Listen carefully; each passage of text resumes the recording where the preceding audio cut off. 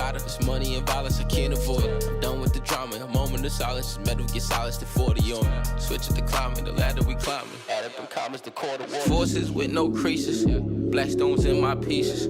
Crack all in my briefs. Strapped up cause my secrets. Packed up now we leaving. King just left the Cleveland. Mobbing word to Steven. Broke it down we even. Loyalty. Loyalty.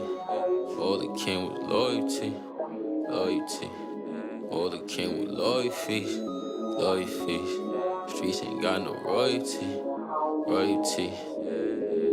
Little foot, big freeze on them. Everybody got cheese on them. Everybody got keys on them. Everybody got G's on them. Might fly the Belize on them. Doing shit you can't believe on. Hit the sea, jet ski on them. Hit the slope, might ski on them. Kick to the gut. I like it. Let's go, let's do it. It's Monday afternoon, it's noontime. People are filling up on their lunch, but we are filling up on pro wrestling news. How you doing? It's Mr. Young. And it's foreign in the building. Royal Rumble season, bro. We are on the way. Let's go, let's go. Ah, man. I don't feel the excitement lah.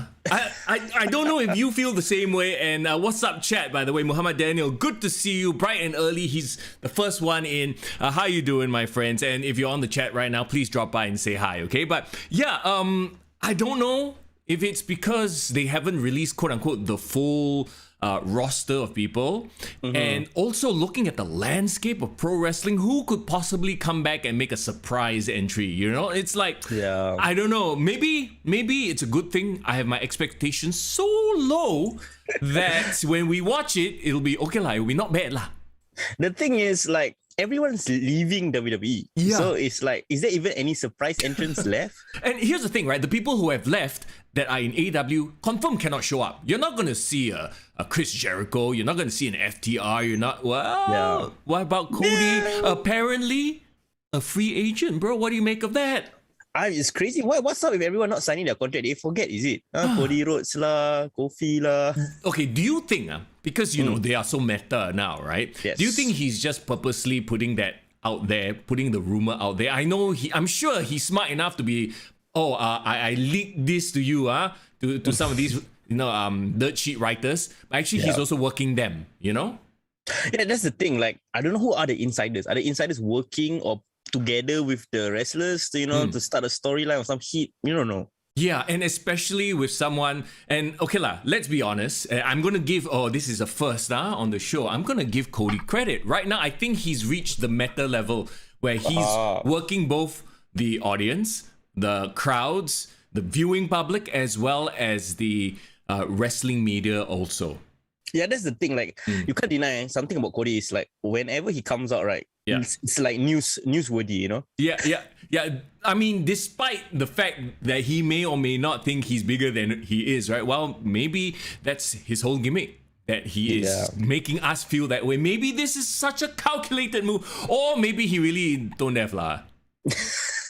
I mean, it goes back to remember his very infamous promo about being like the first mixed race, having the first mixed race baby and all that kind of stuff. And then he said on interview after the fact that he actually acknowledged that, he actually a bit shocked sendiri. He thought it was going to be well received, but he had to go back to the drawing board. So like, we sometimes, yes, he might be a bit idealistic, but he seems to realize really quickly if it doesn't go well. So maybe it's a course correct from him. Maybe it is. Edison, what's up? Little Fettuccine, how y'all doing? Happy Monday. Monday is fun day because Monday is when we get to talk about wrestling. All right.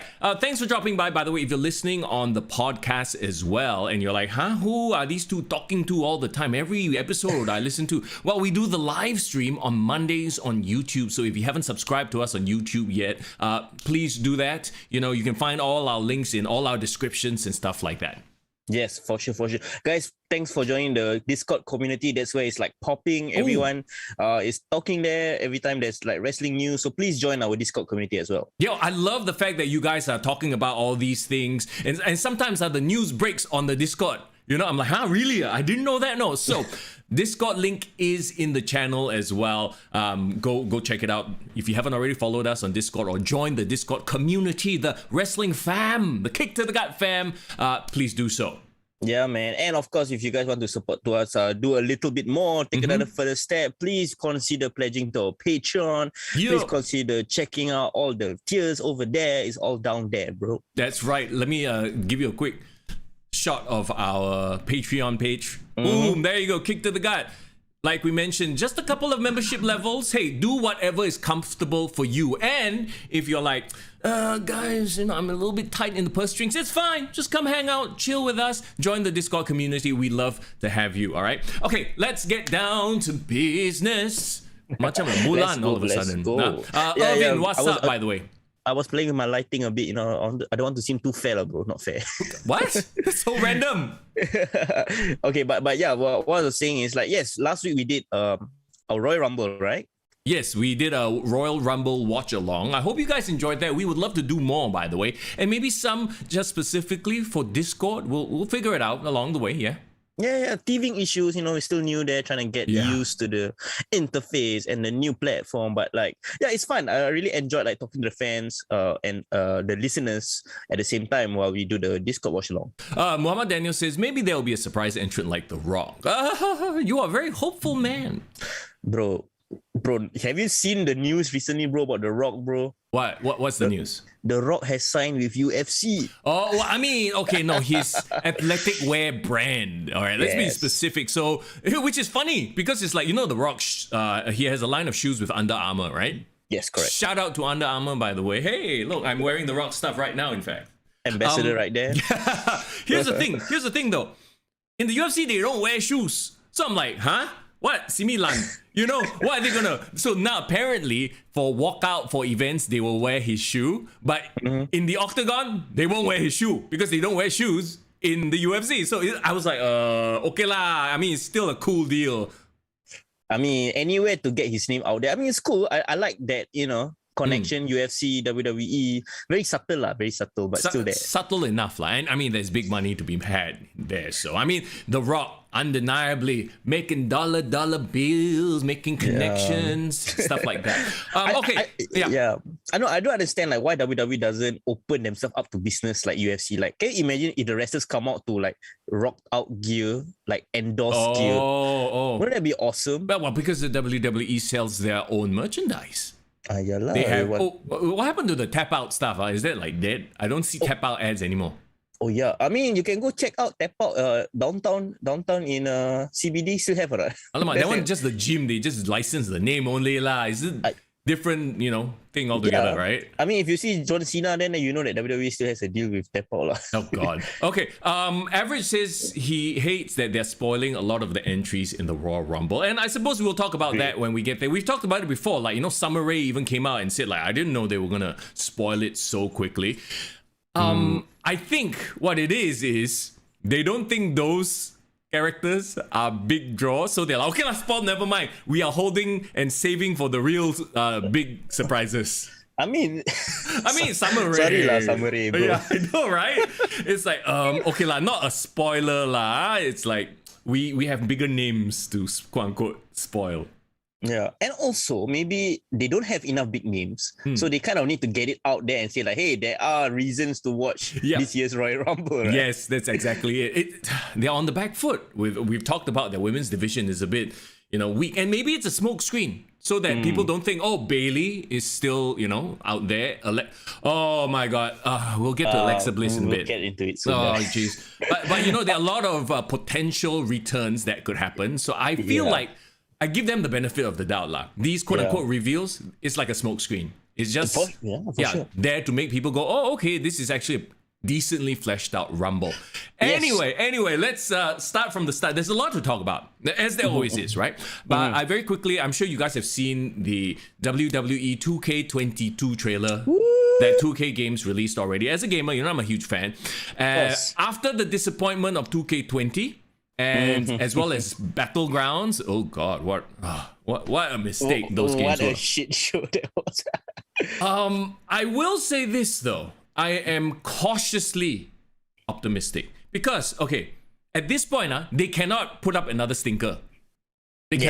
There's a lot riding on this Yeah. to succeed, right? Yeah, if they put out another stinker, that's it already. Reputation gone. Like you put out one stinker, like not just a stinker, it's a broken game, right? Yeah. And then you follow it out with a 6:30 sort of piece of shit. Like it's a mobile game lah. WWE Battlegrounds. You give it to me free and maybe I play, you know? And even then I'll probably give up on it after a few hours, right? If they fuck this one up, they're done. I mean, 2K is done. Yeah, right? WWE just throw them to the curbside, like in that sense. Like the trailer was pretty cute. It reminded me of remember that old trailer where they had the tour of the WWE headquarters and people were just fighting in the background. Yes. We are not Attitude, right? Like that era, right? No, yeah, the Get It or something like that. Yeah. And then like Mick Foley gets thrown through some glass. Some like Val Venus is making out with chicks on the side. Oh no, chicks are probably making out with chicks on the side. You know, and then For All of Mankind, and you have Mick Foley sitting there. Yeah. I remember that. The Shadow, what's up? How you doing, dude? But yeah, so that being said, I'm a little bit worried lah, because from what we've seen so far, the collision detection seems a bit like there's one chair shot. I'm like, why doesn't it look like, you know, really like impactful and hard, and it just looks like a tap. It looks like a real life chair shot. That's the problem. So this is based on like the gameplay footage that they showed in the trailer, is it? Yeah, I mean, granted, it's just a bit, but here's the thing. Gameplay footage that you put on the trailer needs to be the best, most spectacular thing to sell your product, right? Yeah, that's true. And if that's the best they got, I'm like, oh jeez, shit, I'm a bit worried. But graphics issues aside, you can't base how good a game is based on the graphics lah, okay? Yeah. As long as it's playable and it's fun, it's got fun modes, I think it's fine. It's just the collision detection I saw in the trailer does not make me hopeful. I'm buying it solely for one thing, bro. What? The return of GM mode. That's the only thing that is like the saving grace. Like, no matter the issues, I'm gonna buy it for that. Yo, we are gonna totally play GM mode. We will each pick, and we will do it. We'll do like a Discord community gaming night for sure. Hell for WWE yes. 2K22. That's definitely happening. Bro, I heard like there's like some online dual play where you can actually have more than one person run the GM mode together. You can do it at the same time. Bro, are you serious? So I can I'm serious. I run my show, I run Raw, you run SmackDown, and we just like see who got better ratings. Yeah, we can compete. Bro, let's do it. Let's do it. And the funny thing is, the 4 GM options are like, you know, Sonya Deville, Adam Pearce, Shane McMahon, and Stephanie McMahon. Like, okay, I chope Sonya Deville first, okay? Because I want to randomly start a feud with Naomi for no fucking good reason whatsoever. Okay, Zero will be the heel. Yeah, but no reason, just feud for don't know how many months and you still don't know why. Let's fucking go. I mean, I love Shane, man. I just want to be like the Shane that we know he can really be, you know, like that cool GM. So like that appeals to me. Not the best in the world, and not that Shane. Hey, why nobody picked Stephanie McMahon? So sad. Ayo, style and grace. Yeah, I think I some of the girls lah. Let the girls pick. Bro, I picked Johnny Sins. So, hey, what's Johnny Sins in the game? What is Johnny Sins' character? Adam Pearce is the most he's like Adam Tunney. Right now he's like, President Jack Tunney, not Adam Tunney, Jack Tunney. Yeah. I mean, if you want a very like wallflower, like, you know, very won't offend anyone GM, probably Adam Pearce lah. That's why. Even his like look is so generic, bald head, like every other bald-headed guy. I mean, sometimes I want to think he's a normal guy, but then I see OnlyFans and I see someone that looks like him. Oh, Johnny Sins lah, bro. Johnny Sins. Anyway. Mama Daniel brings up the point that their faces look dull on the gameplay. Like I said, the graphics don't look great. But they had 2 years to like make awesome graphics. See, but okay, like I said, that's fine. If the graphics aren't like amazing, that's fine as long as the game plays well. If it's fun, the GM mode is fun, the story mode is fun, okay, I'm okay with that. Just don't fuck up the game again. And you know, you remember 2K20, like you could, we're releasing the Fiend, and then you see the Fiend, the face all fucked up and bugged out. Oh my god, yeah, I know, man. I still play 2K19 until now, bro. Yeah, dude, that was like the last best game. I feel like 2K19 like set the bar pretty high. It was decent, yeah. And we had it. We played it a couple of times. Yeah. And I felt like they really expanded on their career mode as well. So I'm actually interested in doing like my career. Yeah. And as well as hopefully the storyline is good in that sense. My career, like I low-key really enjoyed my career for 2K20 and 2K19. I really did. Just once in a while, you can tell which wrestlers really like love gaming, because when they do the voice acting, you can see like they're acting. But then there are some who are like, fuck lah, okay lah, what you want me to read? No time, okay, just read. And they read it in the most like dead, no emotion way. What are you doing? Gosh. You are jabroni. Like, wow, young. I can tell. Yeah, that's crazy. No, but that's the thing. Like, I feel like what made it so fun was like, because it's a game, like it's a game mode. You can kind of go crazy with the storylines, but you can enjoy it because it's over the top. It's a game. Well, I think the best part about it is you are putting your own character, you yourself. You're like, I think a lot of us create ourselves, right? I created Mr. Young. And Mr. Young is in the WWE doing all these things, having interactions with Randy Orton and so on and so forth. So that's to me the most fun part about it. Yeah, man. And I think I really like the BCW storyline when they were from the Indies. The NXT concrete. I didn't play 2K20s. I understand that was like a guy and a girl. And what's the storyline? I thought it was pretty cool too. Like literally a guy and a girl, they're best friends. They grew up in the Indies. Then, one gets called to the big leagues and then they both get called. And then it gets told in flashbacks as well. So there are, I think like these game creators, the people who write the storyline, they are WWE fans. Yeah. So they come up with some wild shit. Premise is good, just execution. Let's just pray to God execution is good in this game. Okay, that's the WWE 2K22 stuff. Let's see. Mama Daniel says he still plays SVR 2007 GM mode with his friends. Yeah. Oh, isn't SVR 2007 is the one with ECW, right? I don't remember, but I believe so, man. I believe so. I believe ECW made their first appearance there. I will say this though: the fact that they've gone out and basically like advertised like 5,000 different modes, I'm also a bit worried, because I rather you make less modes but make everything work than try to put every goddamn mode there is in there and be like, okay, but they've had 2 years. They skipped a year, so I'm gonna hope and pray that they got their shit settled. Yeah, hopefully they are not trying to overcompensate. That's what a lot of men do. We don't really have the goods. We try to overcompensate. You know what I mean? You talking about, you speaking from experience or what's going on? No. I'm just speaking from observation. Oh, observation. Very good. Okay. Now, let us observe this past week in wrestling. We'll very quickly recap as we lead. We head up to the Royal Rumble itself. So, okay, just some of the bits of news that have come out, right? Yeah. Let's talk about Mustafa Ali, who has apparently requested for his release. Yes. He apparently had some sort of a meeting or conversation with Vince McMahon, and that led to him going, you know what? I'm fucked. If I stay here, I'm out of here. I don't want. But will WWE grant his release? That's the big question. Yeah, that's the thing. Like, he put it out there. So he's smart in a way. He using like court of public opinion. So depending on what WWE does, they're gonna see like the bad guy. Yeah. No matter what, actually. Yep. So, no matter what. But that could mean that WWE will be like, oh, you want to play this game? Okay lah. You're stuck in your contract, and you will be on main event for the rest of your contract.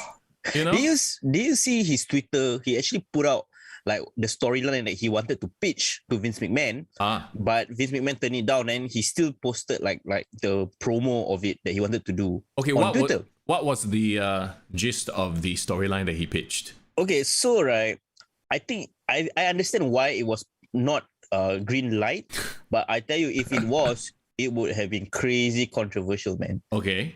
Yeah, so he wanted to do an updated version of Muhammad Hassan. All right.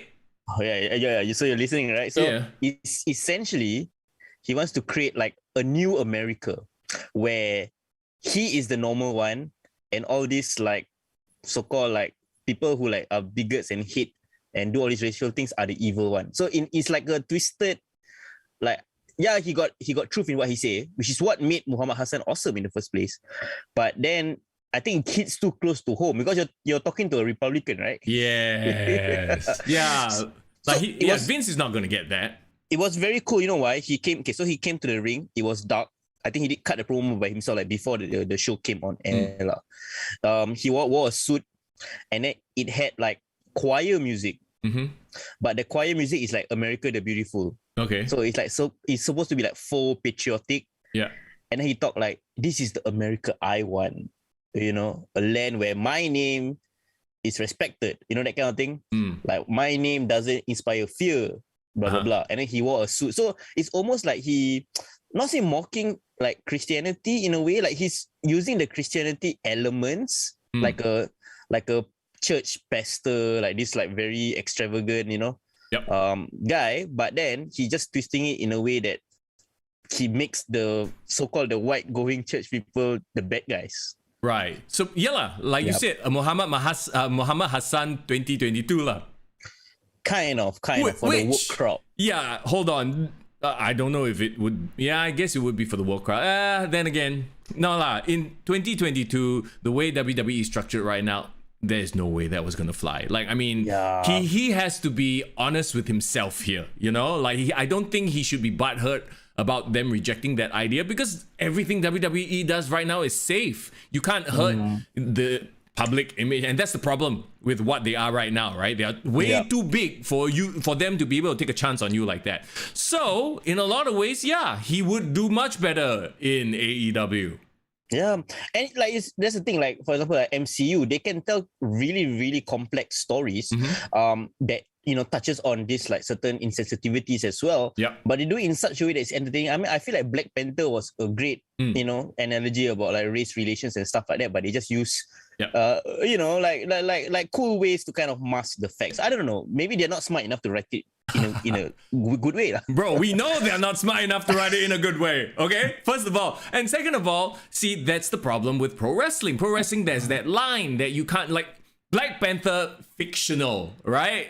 You know, the Avengers, fictional. So yes, you can address things, but at the end of the day, people are like, all right, this is just entertainment. With pro wrestling, there's still that, oh, is this real? Is this not real? I know most people know it's a work now, but still, right? They can't separate the wrestler from the character. That's the problem. Exactly.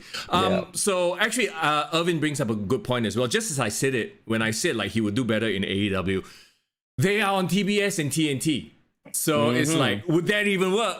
Would they let him go with that? I mean, Tony Khan apparently will let their wrestlers do anything they want, but will Tony Khan go that far? Yeah, that's the thing. I mean, Tony Khan let John Moxley curse in public on his return. So, I mean, we'll talk about that in our AEW review. But, I mean, it seems like they have more leeway. Is it because they're not PG-13 or PG, right? Yeah, but still, at the end of the day, right, this is like very sensitive ground, especially, you know, the character and the storyline that he's pitching. So I think it might be a big issue. So I don't know, some indie outlaw macho lah can do that. Yeah, but you know, granted, for the record, I love Mustafa Ali. Like not just because like I'm a Muslim guy and I see a lot of like things I can look up to, but just he's a great promo, man. He's a great promo. And he does everything that's been given of him from WWE. Like, he made Retribution palatable. He tried his best. He tried in a faction that was destined to fail. Actually, no, it had a lot of potential to start with, and then it just went downhill because somebody gave up on it. Yeah, so I feel like Mustafa Ali can do anything, and like I trust him to be able to deliver on storylines. Yeah. So Hus, how you doing, dude? Hey, hello. Muhammad Hassan was an Italian guy, wasn't he? Yes, Mark Capotelli or something. Yeah, something like that. Yeah, they got him to. Well, I mean, because you know he had darker skin, or whatever, to play. You know, Muhammad Hassan. But yeah, that one. Yeah. Anyway. Fun fact: apparently he is a high school principal right now. Oh, is it?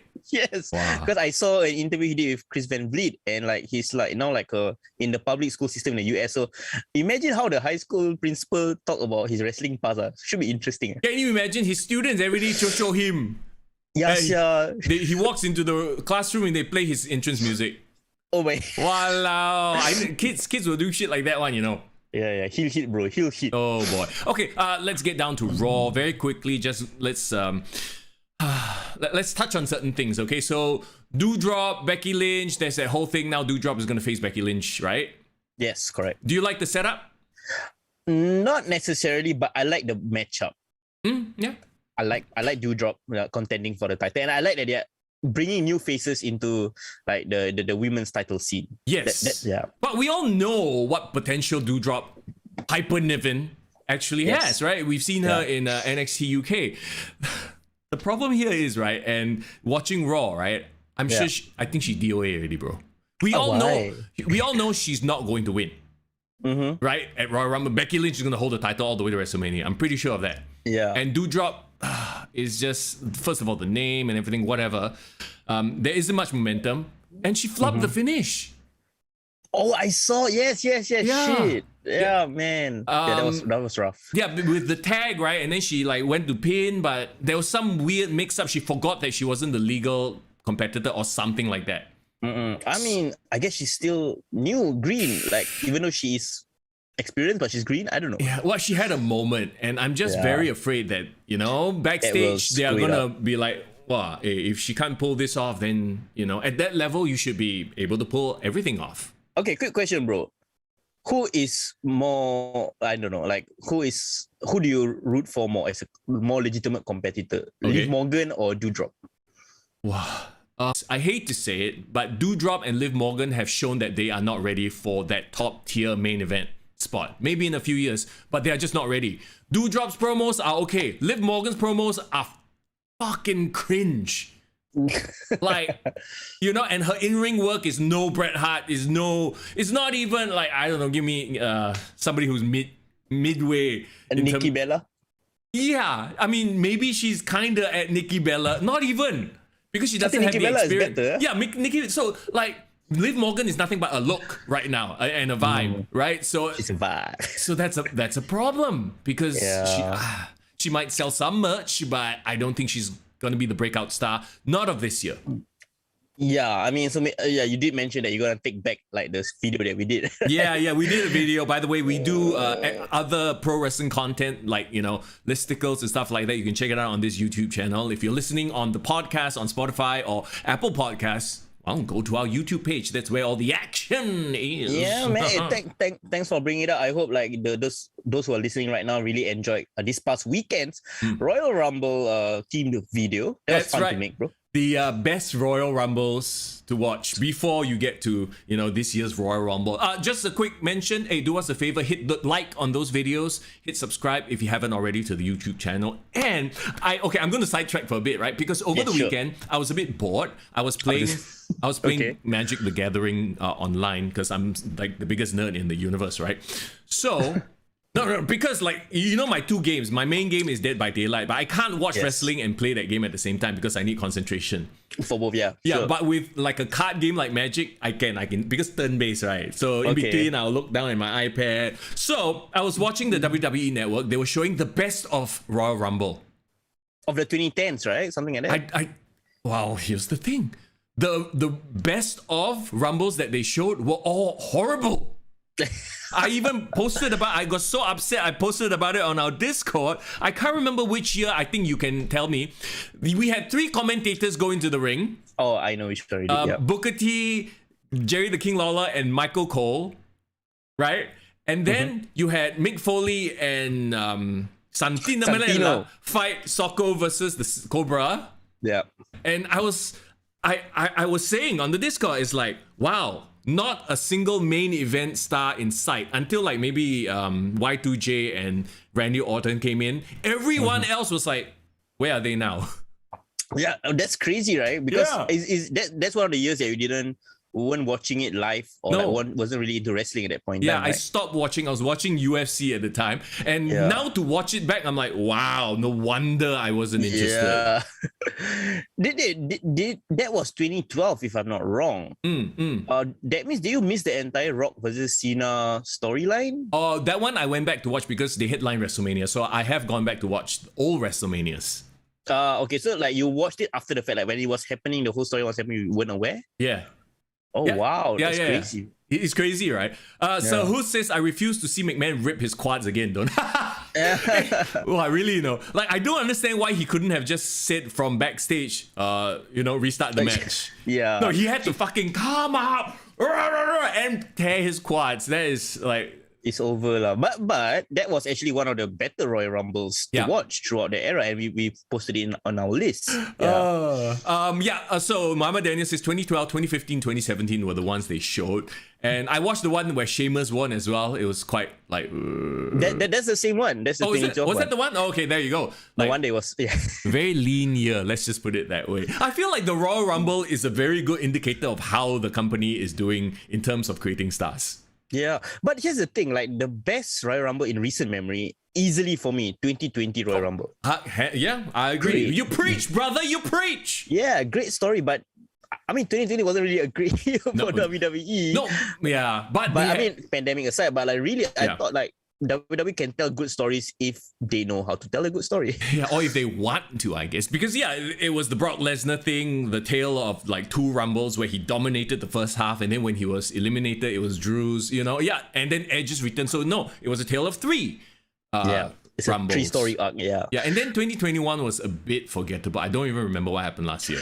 Oh yeah, that's the crazy thing. 2021, I think doing it in a Thunderdome, I think hurt it a lot. Edge won at number 1. Yeah, that's right. Yeah. But here's the thing, like 2022 going towards this show, even though there is not really a lot of hype, not hype for the men's Rumble, or even the women's Rumble, but I'm hyped for the singles matches. Yeah, true. So there is at least something to look forward to. And if anything, right, the intrigue of who is going to win and how will they challenge at WrestleMania, I think that will be a big one. And here's the thing.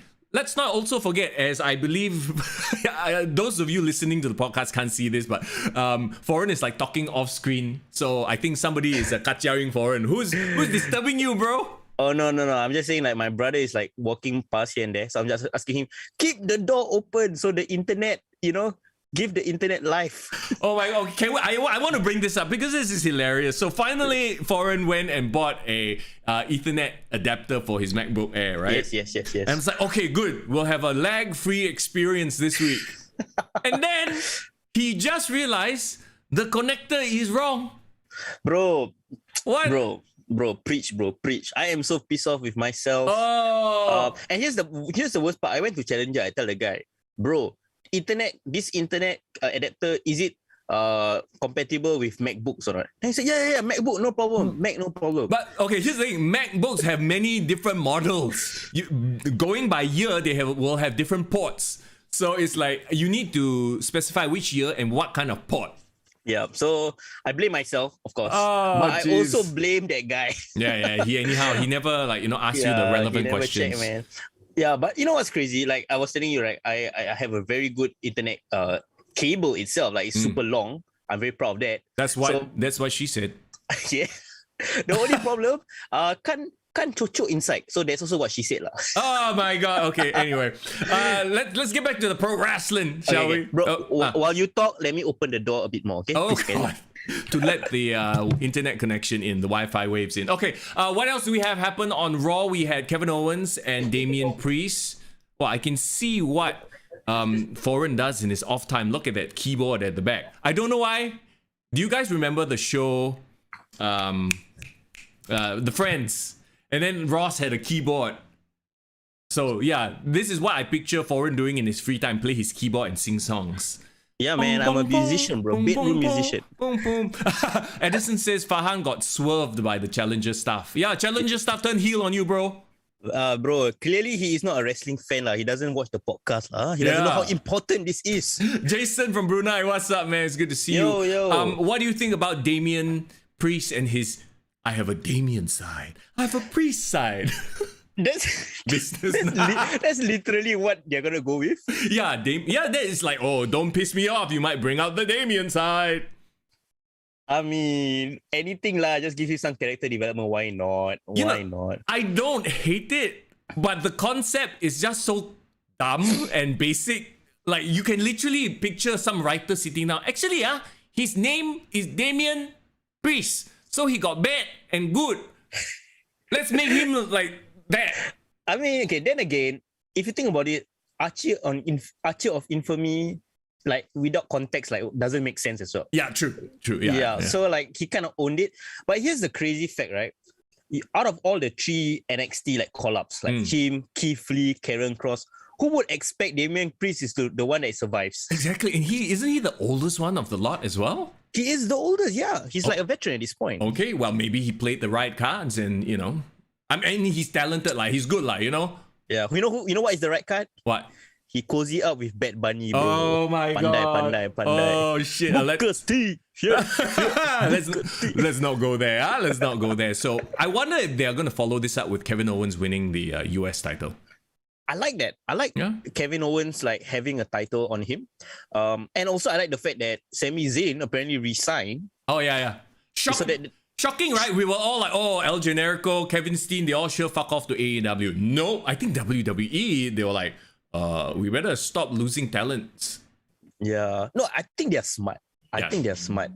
Because Kevin Steen, so-called Kevin Owens and Sami Zayn knows the lay of the land. They have been through the independence. Yeah. Maybe they are like in their mind like, yeah, but like I don't want to play with my friends because I know my friends all will like backstab each other or like won't be stable, won't be professional. Maybe I just gonna like take the easy money and like, maybe I won't set the wrestling world alight. Yep. But I have a good payday. Yeah, and at the end of the day, they just want to take care of their families, right? Yeah, and I don't think that they're being depushed in WWE or what. They still have a great spot. Well, I don't know if feuding with the guy from Jackass. Well, then again, he is a celebrity, so it is a good spot. It is like it's like the Miz. Is it the Miz's spot, right? Like the guy that lions the celebrity. Okay lah, you know what? He's probably enjoying himself, and that's what matters, right? I can argue, right, that Sami Zayn's profile has never been higher this past year. He interacted with Logan Paul. Yeah. That probably created a social media buzz for himself. Yeah. And then now Jackass. So like, bro, he is like WWE's go-to guy to talk to the celebrity. I mean, he's doing good for himself. True. When the Miz is not around, you go to Sami Zayn, huh? Yeah. And you know what the crazy thing? He actually resigned the contract at the same time as Kevin Owens. So it just wasn't made public, right? Yeah. And remember what happened at the end of December? What? Interactions with Roman Reigns, or to interact with Brock Lesnar. This is what WWE does. Okay, come, I give you a bit of main event. Yep. Then push it on the card. Well, anyway, his best friend is still in the company, so okay lah, because they are best friends, right? Aren't they? Yeah. Kevin Owens and El Generico. Anyway, Sami Zayn. So let's move on then. The Alpha Academy graduation ceremony.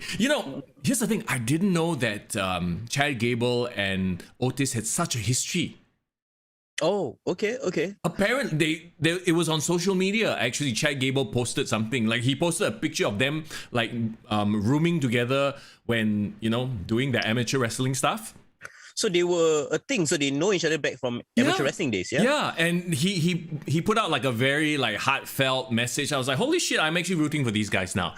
So that's the thing. Like, I wish they highlighted that from the very beginning, like, as to why they even became a team. Yes, exactly. And see, I don't know why. Like, you know what it is, right? I feel like a lot of times the writers are there and they're also fighting for their jobs and their place. So they're trying to push for their storylines, and using something that exists is like, I feel like the boss is going to be, then you're not writing anything new for me. Why are you here? So they have to come out with some convoluted bullshit. Nah, yeah. You know what I mean? That's why, like, I would really encourage anyone, who loves like WWE storylines and appreciate the art of writing to check out Freddie Prinze Jr.'s new podcast, bro. Like, he really deep dive into his time and the process of being a WWE script writer. It's crazy, bro. It's crazy, man. And especially if you don't want to lose your job, you're not gonna fight for your storylines to go through. That's the thing. And like, because Freddie Prinze Jr. is a famous celebrity, he don't give a fuck. He will fight with Vince McMahon. Like, he argues with him. And that's the crazy thing. Vince McMahon likes that. Yeah, hasn't it always been said that like people like Pat Patterson, Vince Paul Heyman, Vince loved those people because love them because they would actually stand up to him and fight for what they believed in. Sometimes they fight too hard, the talent suffers lah. Vince will be like, fuck you, I'll push you down. A bit like Triple H in NXT right now.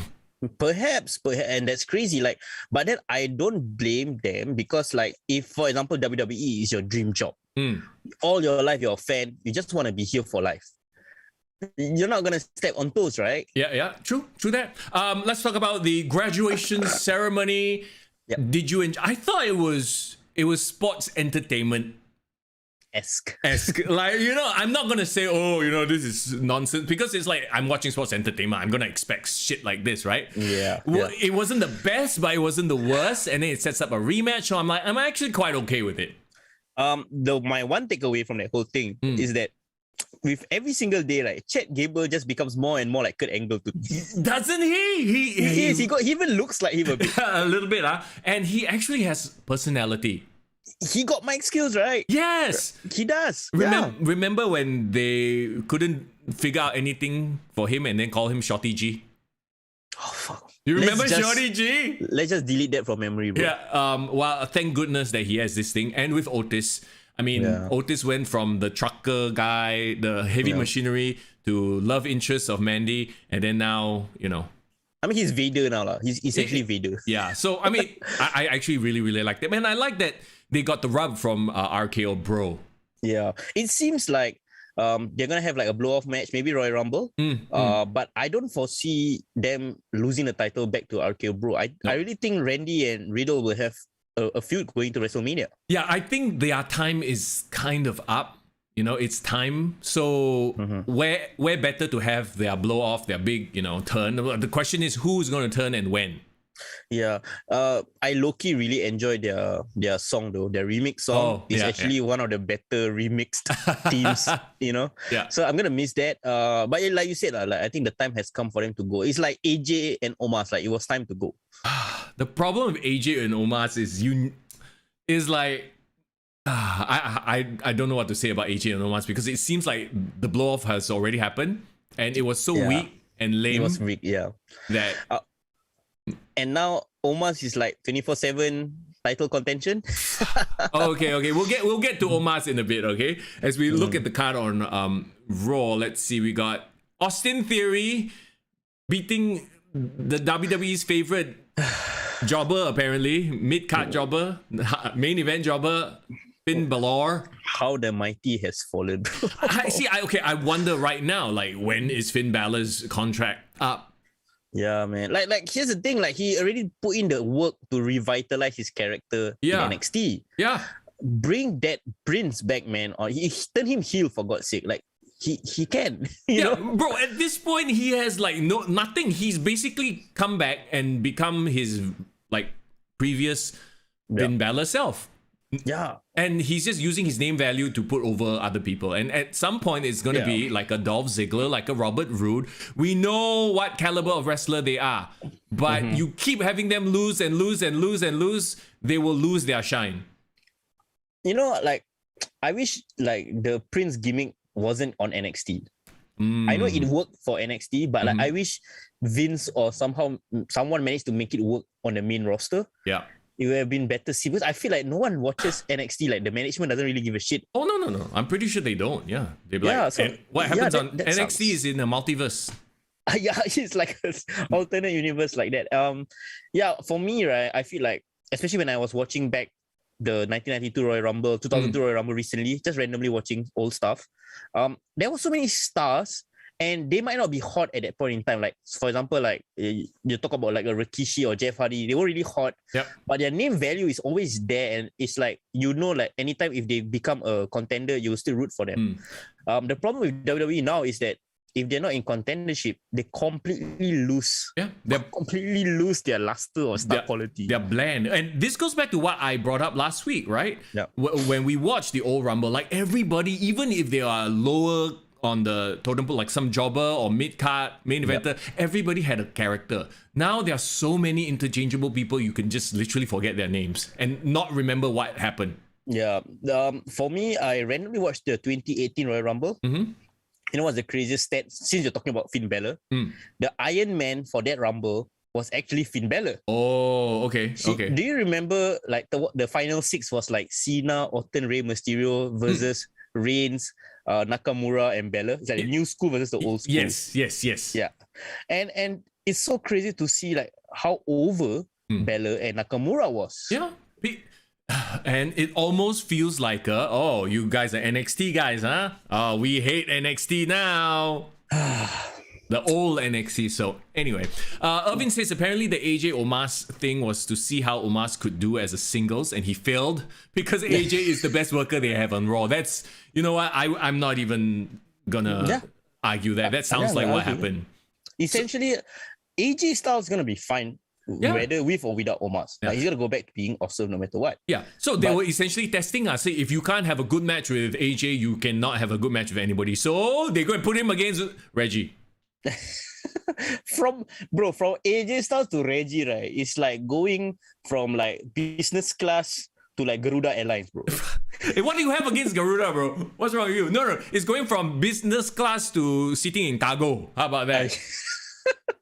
Yeah, 24/7 title is literally but you know what? I can't wait to be a GM on 2K22 and play with the 24/7 title. Fuck, you know what I would do as a GM? I would smash the title, bring back the hardcore title. Okay? Woo! Crash Holly. See, we are already in the mood for GM mode. Let's go. Yeah, man. I'm just gonna fuck it out, right? I'm gonna put like Charlotte Flair as 24/7 title. Well, like what they're doing right now, right? Freaking Dana Brooke. So all the guys. So basically, Drew Gulak, Akira Tozawa, who else? Reggie, all like become side characters. They bought it. Oh no, Tamina. So it's like. Anyway, okay. Nikki ASH turned heel on Rhea Ripley. Not surprising. Like, what are your thoughts? Talk about a DOA gimmick, bro. She tried. Nikki ASH. She tried. Apparently, it's her idea. She wanted to do this superhero thing. So give credit where it's due. But like, I just feel like WWE is so half-hearted with their pushes, man. It could have been something like for a while when she was winning the title that 1 month. Yeah. I felt like, okay, maybe they will turn the crowd, like the kids will get into it and stuff like that. But then we are Ripley combining together, like so weird, just a weird way that they pushed it. And I think she should just go back to being a psycho. That was her best. Yes. That was the best. Well, maybe make her super villain, a psycho super villain, you know? Oh yeah, like she thinks she's a superhero, but she's like crazy or fucked up. And you know what would be really funny? Yeah. She gets back together with Alexa Bliss and they be a heel team. Ooh, I mean, that was what I wanted all along. I mean, remember they were a face team, they were best friends and all that. Yeah. So it's kind of like coming full circle. Talking about Alexa Bliss, let's talk about Alexa Bliss and her vignettes of her going to therapy, quote unquote. We love Alexa Bliss. Oh yeah, baby. Okay, not in that way that he just baby. But like, who is watching these vignettes going, okay, pass, Ken, like, there's no character develop. Well, I guess maybe there is in that she's going for therapy. That's about it. But the content itself, watching those vignettes are just painful. You know what's the I feel sympathetic for the most? Ooh, what? Like when she was, scheduled to be back on Raw, like for the first time in 4 months and stuff like that. Yeah. Like I literally saw fans in the comments like, I can't wait to see Alexa Bliss back on Raw. I've been waiting for her return. Like I'm so excited. Her return is a vignette. And it's a shit vignette. Yeah. It's not even good.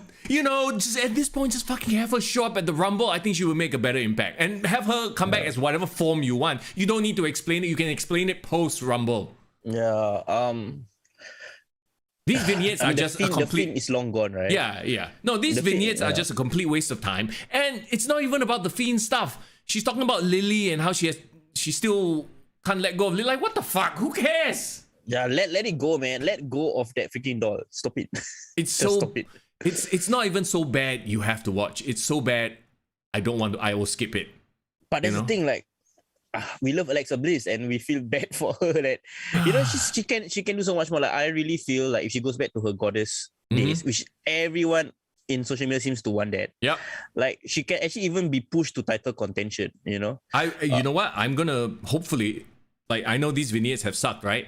But I'm thinking the whole point is to have her be quote unquote cured, and then she comes back as the goddess and fucking wins the Rumble. That is what I want to see happen. Okay, first of all, right, she's one of the main stars among the women's division. You can literally insert her and make her title champion, like, and no one will bat an eye. Yep. But like, give her the chance to, like, do it. Like, stop playing. Like, just give up on the whole Lily thing. It's over. It's done. We accept it. Yeah. Come on, bring back the goddess, bro. Yeah. Let's go back to Austin Theory, Finn Balor. So the whole point was to put Austin Theory over after Vince McMahon cut a promo on him saying, whoa, everything okay in your hood, bro? Do you hear that? Oh yeah, so there's like a very loud The is it sirens. ambulance siren. Yeah. Wow. I think it's Scott Steiner, bro. Holla! If you hear me! Okay, so... Yes, please. Is it okay? It's going already. The Vince promo was, again, it was... Oh, Vince doesn't have the luster anymore. He's just kind of mumbling through it like, break every bone in your body. and so Theory won, right? Like... yeah. And that's the thing, he threatened that apparently if he doesn't win, he's gonna beat his ass or something like that. Yeah, who believes that though? Who believes that? You think the old man can really beat someone's ass at this point? He can barely talk. Yeah, I think it's just the makeup that's holding his skeleton together, You know what? I mean, we shit on Vince, but we all, I mean, as a character and what he's done for the business, you either love or hate him, I suppose, depending on which side of the fence you sit, right? But you can't deny the impact he's had on pro wrestling. To see him like this right now, I'm like... It's painful, yeah. It's very, very painful. I'm like, dude, just please relax. The best way to enjoy Vince McMahon is to watch his old clips on social media. Yeah. Do you know Hood clips or Botch Club? Yeah. I love it, man. They will always, they will always have that video of Vince in the wheelchair, auto wheelchair walking, and then it will have some hip hop music. I love that shit. Yeah. Okay, come. Let's see.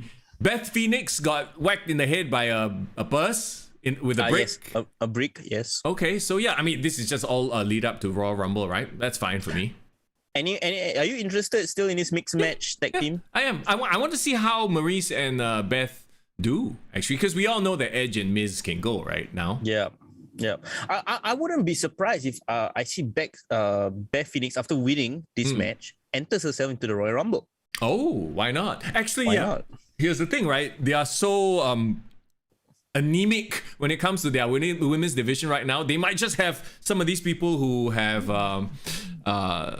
matches. Cachet. Yeah, just enter the match, even if it makes no sense, like a champion entering the match, declaring herself into the match. Oh, did you hear? Hey, did we bring it up? Another Impact set of champions were asked to appear at the Rumble. Oh, really? Yeah. I mean, I only know about the Mickey James situation. Okay, but apparently, off the dirt sheets, a certain iconic team. Is it? Yeah, they were asked, but they turned it down. They turned it down. I think maybe because I think they're doing well for themselves. Also, they're probably still a bit salty, lah. Yeah, they rebranded themselves. Now they're the Inspiration. Right. So yeah, it doesn't make sense for them to show. Mickey James, she very free, so she. Yeah, probably that's the reason. And also because I mean, Cassie Lee is making that OnlyFans money, bro. Ooh, does she really have OnlyFans? No, she has her own website, bro. It's called the CassieWorld.com. Oh, okay. She don't need no OnlyFans. Yeah, man. I'm just speaking purely from what I see on the internet, not because I'm a member. Oh, okay. Yeah, you're an observer, right? Yes, observer. I am the watcher. Watu over here. NXT. Quick notes on NXT. I really enjoyed LA Knight. I don't know why all of a sudden he's like, maybe The man. Yeah, he's the man, right? He's such a throwback. I see. Here's the weird thing. When he first came in, it was like, I don't know. Maybe there were too many good talents. And now, so bad. now he's shining because he's the vet. Yeah, no, because sometimes I feel like he's trying too hard to be The Rock, trying too hard to be Stone Cold, but somehow there's not enough of that around. Yeah, so maybe because the entire NXT Black and Gold roster got stripped bare. Now, actually, I appreciate him because he's one of the few that can talk. Yeah, it's crazy. But I guess he's like one of the headliners left. I mean, Ciampa, I guess she's taking a break. Like I haven't seen him on the show. He's been on Main Event.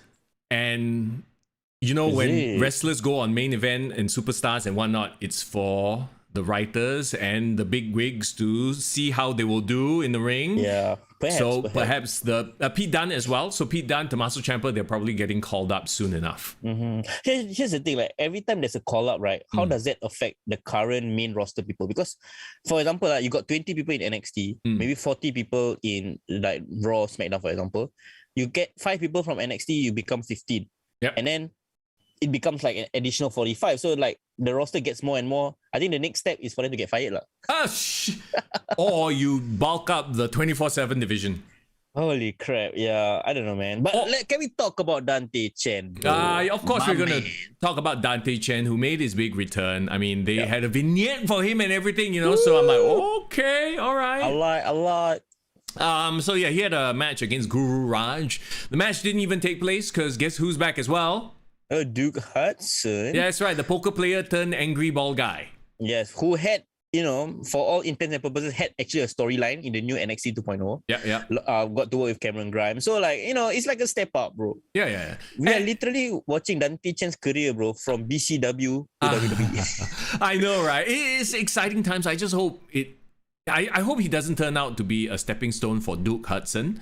Yeah, I hope they both grow from this storyline. I hope he grows. Not just Duke Hudson, right? Yeah, I'm just a bit worried, lah. You know. What do you think of the promo that he did, like that backstage vignette?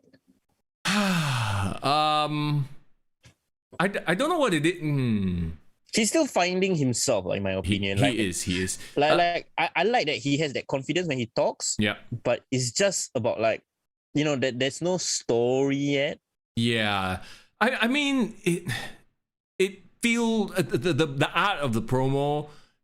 A lot of people say, okay, you either have it or you don't. That is true to a certain extent, but also it is something that can be taught. It can be something that it is something that you can train, right? Yeah. So I think he's still in the early stages of that, and until what you said, until he finds himself, he'll just it is what it is, like he's early stages. But the interesting thing is that WWE seems to be giving him a push. Yeah, which is great, right? Yeah, they talk about him, present him as a package and all that kind of stuff. So looks wise, I think it's great. It's just like he needs to give more, lah. Yeah. Tovakin, how you doing? Happy Monday. Thanks for dropping by the stream. Mama Daniel said got Dante Chan chance in the crowd, which is great. Yep. He's winning over the crowd. He's like a baby face. And I think the promo did a lot. I think it's great that they acknowledge about the father's passing. Yep. It makes him more relatable in that sense, lah. Yeah, coming back from injury and everything as well, and then being beaten up by the dastardly heel. It's a story as old as time, lah. Yes. Okay, so the other big news from NXT, of course, is Roderick Strong probably gonna leave soon, because he gonna hantam only. I mean, come on, join AEW, just freaking finish up the Undisputed Era faction. Yeah, and then they can go and play, 5 Stone with the Cucamonga kids. They can play among themselves. Let them do Oh God. So the thing is though, Imperium, Walter, he wins, and then he takes the mic. Call me Gunther. Fuck. What? Wait. So okay. The controversy, quote unquote, right, was that WWE filed a trademark for Gunther Stark. And then people on the internet went and searched Gunther Stark. Turns out Gunther Stark was the name of some kind of Nazi-related U-boat commander. Yeah. Okay. I will say this, right? I don't think they purposely did that. I feel like that's a very... It's just coincidence. Yeah, it is a very unfortunate coincidence. I feel like they probably okay, what's a common German name? What's a common, first name or whatever? And then they just put it together. Like, it's not like they named him Adolf. You know what I'm saying? I know. But here's the thing, right? I think the reason, let's just be fair. I think the reason why WWE wants to change his name is because Walter is his real name and they can't copyright that shit. Yeah. Seems to be the case, right? It is what they always do. Yeah, so short of changing his name from Walter to something else that rhymes and sounds German, maybe like Hunter or Ronter or Funter, whatever. What the fuck? Hunter, Runter. Whatever it is, that sounds similar to Walter. I think that's the closest they could find. I mean, this is just, I'm trying to understand WWE's logic. Yeah, that's exactly what they did. They're like, all right, Walter, you cannot, because we want to copyright your name, so Gunther, right? And we need a last name for you, so you just anyhow tikam masa tikam one, and then it's fucking the worst one they could find. But I haven't seen such outrage for his name or a name change since Viking Experience. Yeah, just change one word, right? Oh Okay, my god. I don't hate the fact that they changed the name, and like I said, I think it was just a very bad coincidence with the whole quote unquote Nazi thing. But like the way though, like don't call me Walter, call me Gunther. Like what?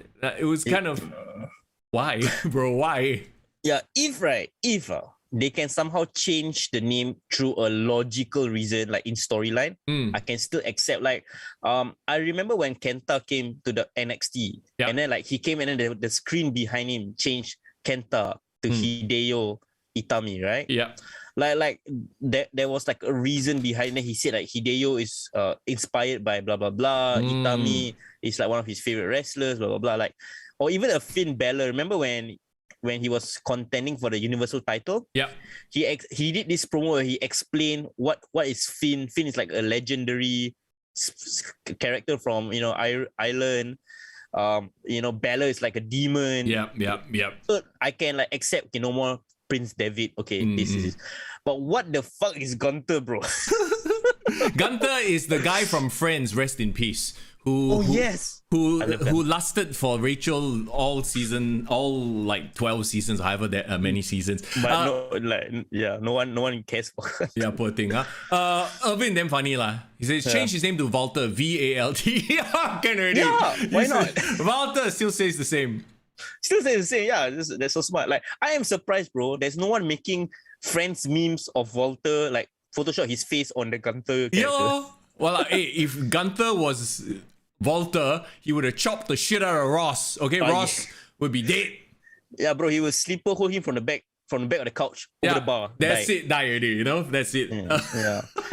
Okay. Okay, so you can see lah where Vince and gang see Walter, Gunther, like this dastardly foreign heel. It's like really back to your 80s wrestling, the evil foreign heel, hey, not you foreign, but foreign heel, like remember people like Ludwig Volga, for no reason Finland and USA got war. Is it like, what the fuck, why is he here in the USA, like scolding the Americans? First of all, I will refuse to call him Gunther for as long as I live.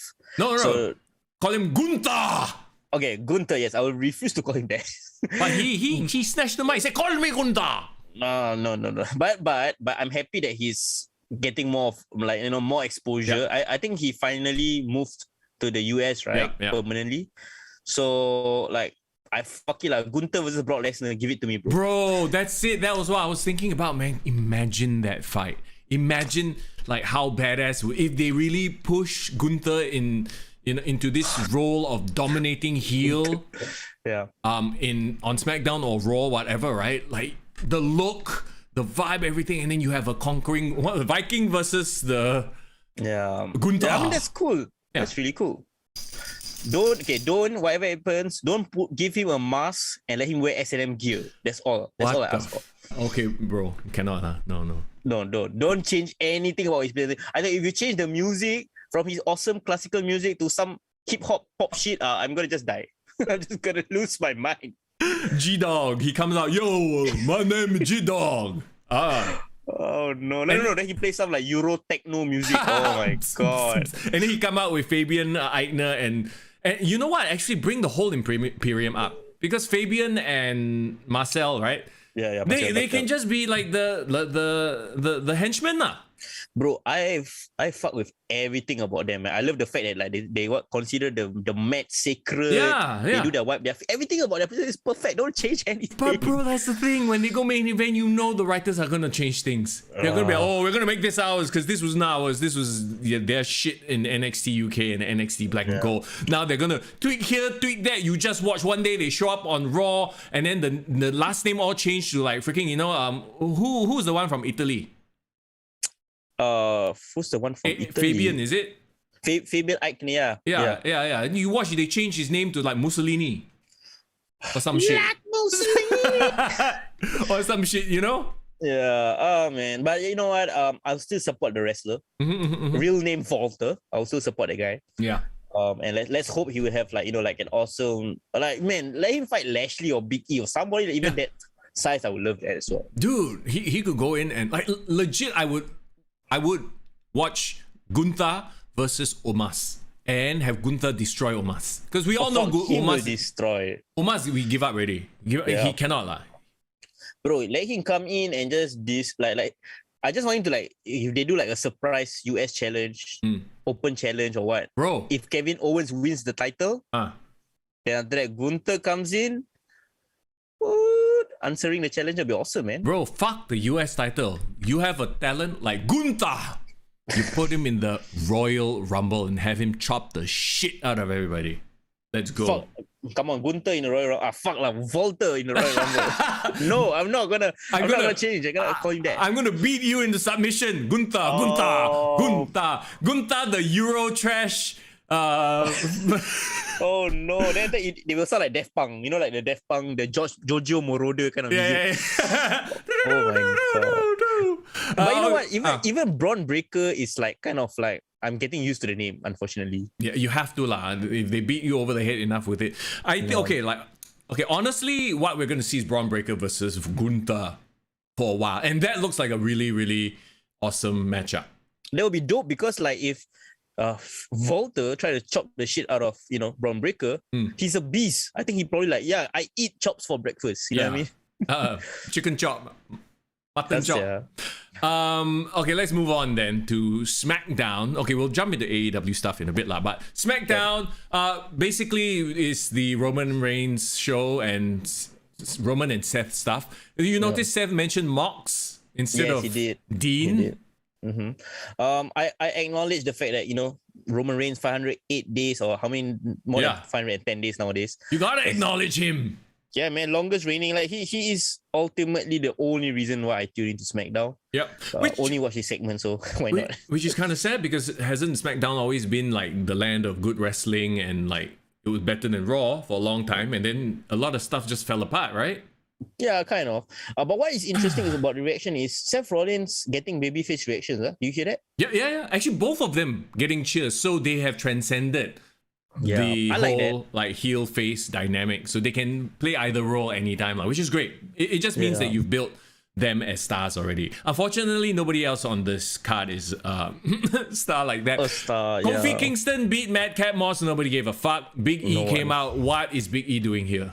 Big E, stay on Raw, bro. Don't let your career die here. Please. The commentators are, it's Royal Rumble season. That's why he's here on SmackDown. What kind of fucking reason is that? Are you trying to insult my intelligence? And that's the reason apparently Kevin Owens also is on the show, right? Oh, because it's Royal Rumble season. Lan jiao la. Lan jiao la. Like, what the fuck? And then, okay. Then you have the Aaliyah Natalia feud. Oh my god, don't get me. Okay, we just skip this part. Okay, 3 seconds. That's all we'll spend on it because she got a Guinness World Record. But here's the thing. After a interesting debut with cool AR graphics, she disappeared. Don't know, maybe she's off protecting other people in different universes, but now she's back again. Yeah, man. I know, Xia Li is back. Yep. Fuck lah, bro. Xia Li, just put him in the next Shang-Chi movie lah. Get that collaboration going, bro. Yeah, and I don't know like what this protector gimmick is. Yeah. Maybe, I mean, it can be interesting if like, I protect all the weak baby faces. Yeah, like from Aaliyah heels. Yeah, like Aaliyah. Yeah. So that's the whole setup lah. So, but remember the whole situation apparently that she was supposed to be part of Naomi versus Sonya Deville. Like what happened to that? Give up lah. She don't need protecting no more. Yeah. Let's see. Viking Raiders defeated Los Lotharios. Whatever. Okay. Charlotte Flair beat Naomi. Referee Sonya Deville. Yes. Screw job. Have they explained why Sonya Deville just does not like Naomi? They have not, and they have finally acknowledged the fact that she is abusing her power. Yeah. But apparently only next week that she's fighting Naomi officially. And apparently removing the jacket removes her authority. So she gets her power from the jacket. That's the fucking dumbest thing in the world. Was it this week or last week where they Naomi turned the heater up or some shit like that? I remember, I mean, I don't watch these segments. You don't watch trash. No, Fuck, because bro. the whole thing was like you okay, if in case you didn't watch it, you had Adam Pearce and Sonya Deville. And the whole thing with Sonya Deville was every time Naomi confronts her, she's like, "You see this jacket? I'm wearing jacket means I'm official. You can't touch me, right?" Oh yeah. So in the next segment, you see Sonya Deville and Adam Pearce in the room, and then Adam Pearce like, "What? Wow, very hot, huh? Why it's so hot, huh?" And he like take off his jacket, like it's Johnny Sin's scene already. What are they gonna do, right? And then like you see Sonya don't want to take off her jacket. Finally, it gets too hot. Sonya takes off the jacket. It's like, fuck lah, what is this? So they literally took the wearing the jacket thing literally. Yeah. It's like, wow, hey, this is a bit embarrassing. Talk about insulting intelligence. Yeah, man. I mean, you still want Sonya Deville as your GM for career mode? You sure? Right? Yes, because I'll actually do her some justice because we all know what she can do, and she's actually not bad on the mic. Oh, Yeah, talking about yeah. mic work, right? I'm sorry, but Naomi is terrible Oh no. on the mic. There's a reason why Naomi was only a champion one time, and it was 4 years ago. Yeah, exactly, right? Yeah. Tovakin says Ikemen Jiro called. He wants his gimmick back. Jacket time. You know what? I still maintain that Style Strong is hilarious. Yeah, I think but I mean that was actually the best vignette out of all the NXT like new guys. Yeah. Style Strong needs to be a shirt. More people think of strong style. Yeah, when they think Japan, they think strong style. But Ikemanjiro is style strong. I fucking love it, bro. It's my style strong. Bro, this one reminds me of like Japan Hour. You know, the last time Japan got all these zany game shows they used to air on TV. They still have Japan Hour, no? Oh, it's far. Yeah, hell. But it's perfect, lah. Perfect. It is very like Japanese game show style, and yeah. Anyway, I don't know why we suddenly slid back there. Oh, Jinlong says, why Bischoff and Double J? Why were they on SmackDown? Because they were in Nashville, and that's where they are apparently. And so was Summer Rae. Completely no link. Oh, because she's in the Rumble, ma. Yeah, but she just came just to sit, like, you know, at the stands and like just acknowledge with a wave, like so. Look angry. So you know how I don't want to say it because I feel like I'm being very superficial and mean when I say it. Okay, what's up? But it looks like there have been some like pulling and tucking and yeah. I mean, it looks a little bit too taut. The skin looks too taut. Let her be. I mean, I've had the pleasure of meeting them in person. Okay. She is tall, bro. I'm gonna give her that. Okay, sure. She's statuesque. And so, you can't sing that. Yes, you can. Oh, and then one more thing, right? Yeah. Can I just say I love Eric Bischoff. I think he's the smartest old guy I know. Smartest old guy? Okay. Like he is like chilling. He is just lepak only. One day he go AEW, one day he go WWE. Yeah. And like everyone's welcoming him everywhere. Yeah. Like he don't give a fuck, bro. He's like, yeah, man, give me wherever the money goes. I'm just gonna go and appear on your segments, bro. Yeah, why not? And more often than not, he adds to the segment. He doesn't take away, right? Yes, and I think he's a great example of never burn your bridges anywhere. You'll never know when you can take advantage of an opportunity. Ironic because he fucked with Vince for how many years during the Monday Night Wars. The fact that they still value him though, and we've read this about Vince, right? Like even if you hate him, he hates you. If there's an opportunity to do business, he will do business. Yeah, and I think maybe the fact that he fucks with Vince, that's why Vince fucks with him. Like fucks with him in a cool way. Like I like you, bro. I want to use you. Yeah, exactly. Yeah, because controversy creates cash. There you go. Okay, let's move on then. Also, before we leave, why is Sonya Deville and Naomi still a thing? And why do they hate each other? See, right now though, I feel like is she being racist? Is that what this is? That's all I can think of because there's legitimately no reason for her character to hate Naomi. Yeah, like, they haven't explained it on TV, right? Yeah, they have never, unless I missed it, but they have never. So the only reason I can think of, you racist?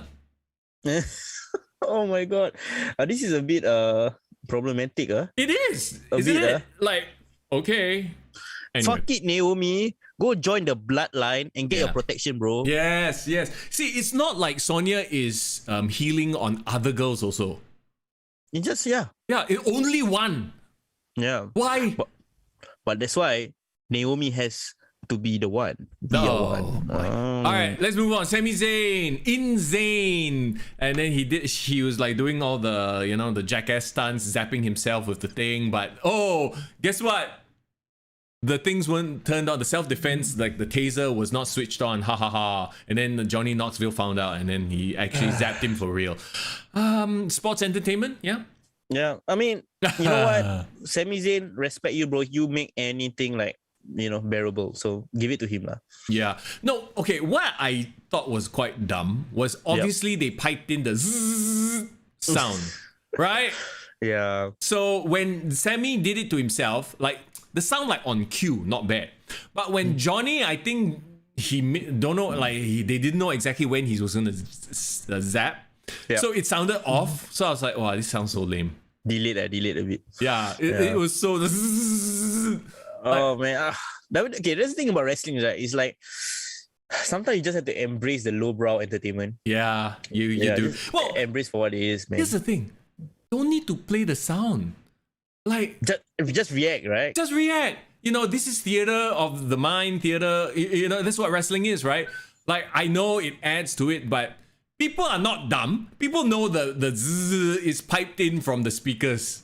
Yeah. And you know what? I was just thinking about that day when, remember there was this one time from years back where Sami Zayn and Bobby Lashley had like a fitness contest. Sami Zayn, Bobby, yeah. Yeah, this was like when during the Lashley.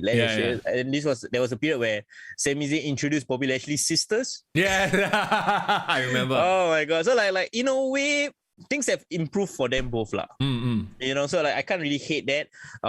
So I mean, Sami Zayn, I just feel like I hope he gets like a random world title run, just to reward him, Yeah, for all the crazy shit that he's done. I don't know about a run, maybe contention. Run seems like a bit much, and a bit much for him. Not in this current WWE climate. I don't think he will get. I mean, I would definitely believe he will win the IC title for sure from Nakamura again. Who is doing absolutely nothing with it, by the way. What is more sad is that your IC champion's sidekick is the one getting all the attention. Yeah, Rick Books is carrying the act right now. Yeah, and they had that whole backstage segment where, how do you spell double J? Randomly backstage. It's like, so how do you spell Boogs? It's B double, and then Nakamura is just chilling out behind them. Your Intercontinental Champion. Like, what? Naka is just chilling, bro. He's just collecting that paycheck, bro. Yeah. You know what? Fucking have him turn heel on Boogs. The story is there already. Like, stop stealing my limelight. I'm the champion, yet everyone's talking about Boogs. Have him beat him up. Yeah. Yeah, let's fucking move on. I don't want to add any more to that. Okay, there you go. Yeah. Sheamus beat Ricochet. Okay, yeah, sure, whatever. Yeah, unfortunately, yes. Let's move on then. Let's move on to AEW Dynamite. I mean, AEW got their highs and lows this week. It wasn't a perfect show by all means. Well, I mean, after their initial momentum, they've sort of settled back down, and this is a very clear, I say this every week, this is a very clear indication of how both companies are being run, right? On one side you have WWE where everything is scripted, and on the other side you have, y'all do whatever you wanna, fuck anyhow, so the cream rises to the crop. And now that Dynamite actually has cream, that sounded so weird. They have your Bryan Danielsons, your CM Punks, your MJF on the ascendancy. It makes their segments work. But the shit is still the shit. Also, talking about the shit, I just randomly read that Peter Avalon has the librarian's contract has run out, so I don't think they re-signed him. Has he been let go? They didn't say anything, but he's like advertising himself for jobs, so I assume that his contract is done. So here's the thing, we talked about this, right? Now we are in the time period where a lot of these initial OG AEW wrestlers, these indie guys, their contracts are going to be up. Yep. And here's the crazy thing, like I feel like they had to rely on these indie guys because they didn't have like all these big talents from WWE released yet, or expressing interest. So it's like, well, okay, thank you for your service. Okay, now we are the big time. Let's get big time talent, right? Which, unfortunately for them, will be the case lah. Which actually, for us, makes AEW more watchable. But was it truly watchable? Well, first off, we had Jon Moxley. He's back. Wow thing. And first thing he says, he cusses somebody out. So, was that planned? Was that not planned? What the fuck? No. That wasn't planned because were you watching it on Fight TV? No. I watched it like way after. Oh, as in, but you watch it on demand, right? Yeah. Yeah, so when you heard it, when you watch it, was the thing bleeped No, out? it was not bleeped out. Yeah, so it's interesting. They kept the Fight TV live broadcast there. Yeah. So what I read from the dirt sheet was actually it was a heckler. It was legitimately a fan saying, you know what he said? What? Get that drunk piece of shit out of the ring. Oh. Yeah, so he did legitimately call like tell the guy to fuck off lah, and apparently security escorted him out of the ring. So a few interesting thoughts about that segment for me personally lah, because I've been reading Moxley's autobiography the last few days. So like I'm really like learning about his past, how he thinks and all that kind of stuff, and he is very funny. It's like he has a drinking problem, which he actually got rid of in WWE. Okay. Because WWE is very strict, on their wellness policy, on how he looks and blah, blah. So he can't really indulge in that side of his life. But because AEW is a bit wild west, he do whatever the fuck he wants. And like Tony Khan just going to lion him, right? And entertain him. So I think him being creatively fulfilled doesn't necessarily mean his discipline gets better. I think it gets worse. Yep. When you give him leeway to do anything he wants, and we've seen Tony Khan let him do whatever he wants. I was reading something about like his first appearance after his return wasn't even this AEW, right? It was some indie show. I thought so too. Yes, I saw that news. But then he did wrestle a match at Rampage, so I think he got that out of the way first. Okay. Yeah. So because apparently some people were like, hey, why the hell you come back and then now you go to an indie show instead of having your first match back on a big television lah. Yeah. But the good parts is like you saw, right, the comparison photos between him before. No, he looks much better. After. Yeah, he looks much better. Yeah. You know what's crazy? Like, because we watch him every week, right? We don't even realize that he just is getting worse and worse and worse. True. Yeah. Even though it's on our TV, like we don't notice it. But then when you compare it back to like 3-4 years ago, how he looked, wow, really different, yeah. So what did you think of the promo? Okay, so like the first 5-10 minutes where he was like being honest and stuff, like I felt like the audience giving him a lot of respect. Like they really like, was listening to what he said. And I felt he's most human and normal. And like I could connect with him. Okay, this is just my personal feeling lah. But when he started getting in Moxley mode, getting all hype out, like, yeah, fuck you, I'm gonna beat everyone. Don't you? Then I thought like, I don't know, like I'm kind of thinking that that's more of like a facade as opposed to like, as opposed to something I can enjoy him being authentic lah. Yeah, there's the authentic part, then there's the I'm promoing now. Yeah, and the change was too drastic. Like I could like remember when Roman Reigns came back from his leukemia. Yeah, the first promo back, like he was just being all real. Yeah, and that make you like sympathize with him. Like he didn't go into promo mode right from his first promo back. So I think maybe that could have been done better. But that this is Moxley deciding himself what he wants to say. So. Yeah. Which is both a good and a bad thing, I suppose. My only like negative, I feel like I enjoyed his promo. Like you said, it was full of fire. It was very real from the heart and that kind of stuff. Is that nothing got set up lah? Literally nothing was set up in the first. Like now we know that the setup comes on Rampage. Yeah. Based on what happened on Rampage, which is going to be very interesting. But I don't know. You have his big return. I feel like you should have that set up immediately right there. Yeah. So that people will know, oh shit, this is what we got to look forward to, Like how CM Punk did it with Darby Allin, right? Yeah. And not save it for Rampage, which honestly a lot of people miss. Rampage has this reputation of being a very missable show at this point. And you know what's the worst part is? Like so he had that return match on Rampage, right? Yeah. The setup, quote unquote, happened at the end of the match when he was walking back into the crowd. So it was like blink and you missed it, you know? Yeah, like, oh, match finished already, I go take a pee. And then you missed him walking the backstage and having that interaction, quote unquote, with Bryan Danielson. Yeah. Who apparently doesn't give a fuck about Hangman Page anymore, which is another thing we need to talk about. That's the thing. Like, that aside, like, yeah, cool, Bryan Danielson and Moxley should be fine. But like, why the hell is he being not acknowledged as a contender anymore? At this point, as the prime booker, best booker of 2021, Tony Khan should be stepping in and saying, no, we need Bryan Danielson main event. I know you want to give everybody a rub and a push. You want to work with people. That's great, right? But we need you there to elevate our main title, because your main title is supposed to be your flagship. And then you had Cody in another promo.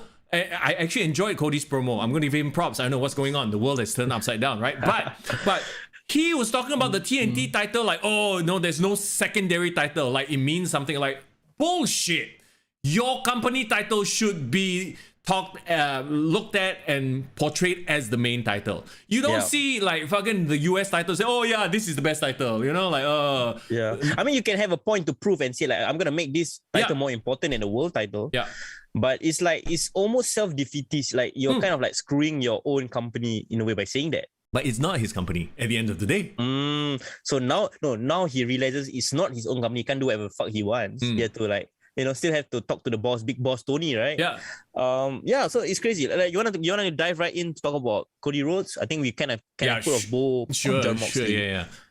Yeah, because okay, his promo, he comes out and he cuts a very, you know, energy, like he has that energy, right? And when given the right topics, he can go. It's just that when he starts going off on some weird tangents and like, you know, whatever, that he loses the plot. But he's still like, oh, I will not turn heel. Blah blah blah. I like that he took credit for. I think he spoke a lot of facts though. He did. He took a lot of credit for, you know, like creating this forbidden door, creating this alternative, blah blah blah. And that there was that hint of arrogance. Remember when he did that like back turn?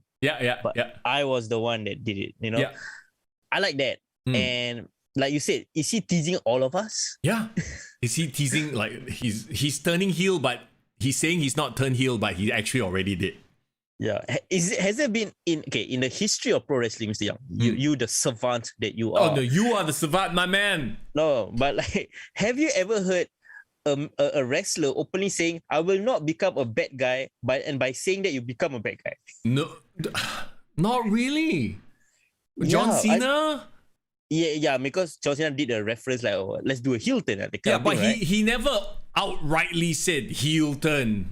You know, we are living in a new world, bro. I guess like the rules. You know, imagine, bro, if Cody Rhodes cut his promo in the 1980s, right? He go backstage, right? Everyone fucking beat him up after that. He would be dead already. Fucking Dr. Death Stevie Williams like freaking pile driver his ass and shit. Go ahead. What the point I'm trying to make is that okay, this is crazy for me to say, but I think Cody Rhodes is one of the most cutting edge wrestlers we have there in terms of like testing the boundaries of pro wrestling. But okay, don't you feel, right, at this point also, it's like he's legitimately going into business for himself in everything he does. Doesn't everything he does smack of that? I mean, but here's the crazy thing. I've always thought he's gone to business for himself in everything that he does. Even when he was in Bullet Club, I feel like he was still trying to push his own brand. So he went to AEW. He straight away he put like the Rhodes to shows right on his American Nightmare Factory YouTube page. Have you always thought that? Like, I've never, turn on him. So we have our first leg spike. An hour and a half in, not bad. Not bad. We lasted quite long. We did. But yeah, so those were the two things I actually enjoyed about the show. Cody he's really become this like, okay, what is he gonna do this week? Is it gonna be annoying? Is he gonna be good? Would it be crazy to say that Cody is one of the must-see attractions on AEW right now. The thing is, okay, like I don't know if I would purposely go out of my way to catch a Cody promo. It's like, and anyway, I know they'll put it on social media, so I will catch it no matter what. Yeah. But what I would like to say is, right, okay, he went on a long winding route, but essentially they are gonna make a title versus title, like a Razor Ramon, Shawn Michaels thing for the undisputed TNT Championship on a ladder match. Yeah. So that should be interesting because I'm really curious to see this for two things, bro. Yeah. One is, even after all that went down, he is still without a contract. Yeah, that's true. Or That's true. Could the no contract thing be a work? We do not know, but let's talk about like the timing of it. The battle of the belts, so called per se, is this Dynamite, right? Yeah. So this coming Wednesday. Royal Rumble is this weekend. I don't think he's coming back. Not with the amount of shade he's thrown at Triple H. You know, I really don't. He's working us. This is 100% a work. Yeah, no, but I you know what is like this crazy world that we live in, if like he still will come back to AEW, but he just makes a one-off Royal Rumble appearance just to fuck with everyone. Like the Chris Jericho situation, the Broken Skull sessions. Like I wouldn't put it past him to cut that deal. Yeah, I think he would. I think WWE at this point, they're probably like, no, let's not even acknowledge. You know, because they already did it. I would dare say somebody from Impact will probably show up. Yeah. Other than Mickey James. Do you think WWE like wants like, okay, since AEW want to step Forbidden Door so much, we are gonna make like our own connections with other wrestling companies, blah blah blah. Exactly. And you know, it might not be the biggest like whoa news, but still at least now they can say, oh, we also open Forbidden Door. You know, what did they call it? They called it something other than the Forbidden Door.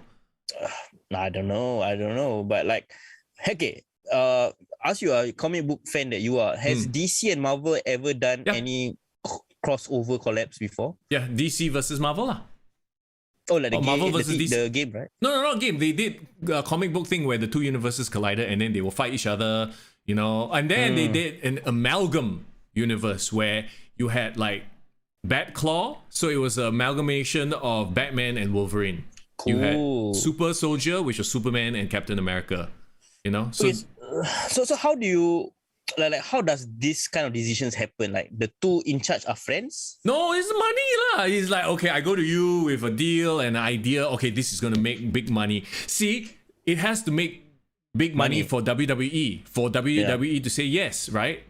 Okay, so quick question. So in between like Marvel and DC crossovers, right? Who wins? Like they're not gonna put the other company over, what? Yeah, so it will be like 50-50 lah, always on. Like a draw lah. Yeah, most of the time it's always a draw. Like, oh, actually there was one bad guy that was controlling everybody and then they beat up the bad guy, you know? So at the end of the day, right, financially and in terms of like who gains, WWE is not gonna do it unless Cody comes out as Stardust. Just to fuck with him, right? Yeah, and then does some stupid shit and then they just like throw him out. Okay, here's a crazy theory, bro. I feel like WWE in the future, in the near future, will do business with AEW. Okay. Because of one guy. Nick Khan. You're going to say the Khan connection? No, not that. Like, I'm giving a legitimate reason. Okay. I think Nick Khan is not too influenced by the wrestling business. He's a complete outsider, right? Yeah. So he's purely a money's guy. Yeah. And I remember a quote that he did during the fourth quarter earnings or what. He said that we are open to business with anybody as long as it makes sense, as long as it benefits us, we'll do business with anyone. So I feel like if he really means what he says, if for example AEW ever has like a crazy idea that can really benefit both of them, maybe for example both of them collab and then appear at like NFL halftime Super Bowl, or like where both of their branding can be seen in the wide audience. Yep. I wouldn't put it past them to actually like, let's do a one-off thing, random here and there, just to build up that cachet lah. I mean, and Tony Khan is open to listening to offers as well, because he sends his AEW guys to do documentaries and all that kind of stuff. I think a super card would make the most sense if you're talking about trying to make money. Yeah, I believe so as well. But actually, no, now that I've said that, right, WWE seems to be in the business of making big corporate deals more so than selling pay-per-view buys these days anyway. So I take that back. I don't think it would benefit AEW because they still rely on pay-per-view buys, right? WWE don't even have pay-per-views. They have premium live events. Okay. I mean, okay, you know what? It will I'll get used to it in the future. Yeah. Because it does make sense. There's no such thing as pay-per-views in the WWE model anymore. Yeah. It's a streaming model already. So that being said, that's my reason that WWE and AEW will never have a collab. It doesn't make sense for them. It's not like if they collab, all of a sudden Fox will give WWE a fuck ton of money, or NBC or whoever. Yeah, I'm not saying that Cody Rhodes will appear at the Royal Rumble, but I'm just saying that I think if Cody Rhodes, if really he's the kind of guy that go business for himself, he might senyap. I wouldn't put it passive. No lah. Okay, here's the thing. I think that Chris Jericho has a higher chance of showing up. I feel like Cody burned a lot of bridges in WWE. By being the anti-rhetoric, right? Yeah, whereas Chris Jericho has always had a good, relationship with everyone there. So Y2J, Big Show, Mark Henry, more likely to show up. Yeah, maybe. But the thing is, I don't think if I was Chris Jericho, I wouldn't want to show up. And if the people all remember me as this young, lean-looking guy, but he come back looking like that. Avin said, Peter Avalon in the Rumble. Yeah, no, bro, no. No, absolutely not, bro.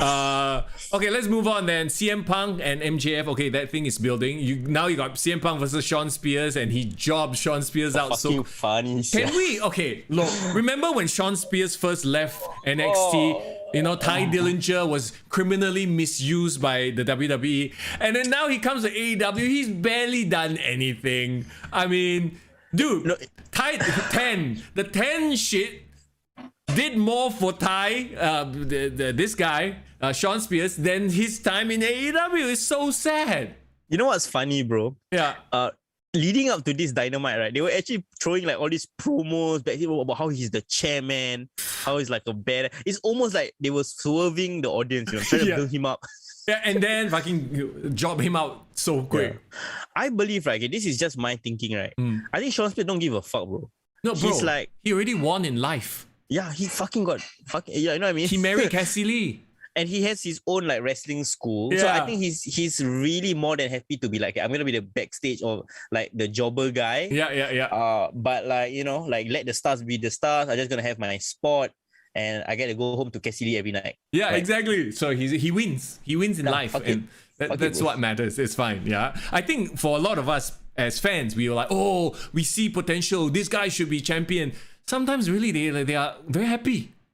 Very happy with what they're doing. So he's the Ziggler of AEW. Let's put it that way. Wow, no, Ziggler still got a high level. He really like fucking jobber until cannot jobber. Okay. Yeah, sure. I guess. Funny it's funny. I mean, I legitimately laugh when he lost. I was like, yeah, fuck, man. Hey, why not? Okay, here's the problem though. How many weeks till the next pay-per-view? Because, I mean, you have to think that CM Punk versus MJF happens at a pay-per-view and not just on Dynamite, right? Yeah, that's a crazy thing because I just took a quick look. It's 6 weeks away, bro. Oh, fuck, like, how are you going to fill 6 weeks worth of programming to get them there? Yeah, I mean, like Jericho and MJF, they did the labors of Jericho, right? So now is CM Punk going to have to go through that shit as well? Okay, so the funny thing is, Bryan Danielson, since the last pay-per-view, which is in November, right, already went through one entire storyline with Adam Page and he's done already. Now he's starting a new storyline. So at the same time, CM Punk just started the MJF thing, but it's like not likely ending anytime soon. So it's like almost like a crazy long-ass rivalry. Here's a crazy statistic for you, bro. Yeah. You know that promo that they did, like the crazy back and forth that they did, was 1 month ago, bro. 1 month? It was late, bro. It wasn't even 1 month. It's late November, so it's like hitting 2 months soon. Yeah. So okay, they're dragging it out. Does it have legs to continue? Because so far they've done the right thing as to not have them, have any physical contact whatsoever. So CM Punk has beat Wardlow, has beat Shawn Spears. Well, not really beat lah. Yeah, well, he trashed Shawn Spears. Are they going to throw Dax and Cash next? But I feel FTR is far removed from this entire scenario. Yeah, right? You know what? I think they should just end the match. Because right, there is gonna be a Chicago Dynamite soon. Oh, apparently, and next week is Beach Break, which is technically like a special show. So you never know. I would love for it to happen in a pay-per-view, but I think because of the timing of it, how far away it is.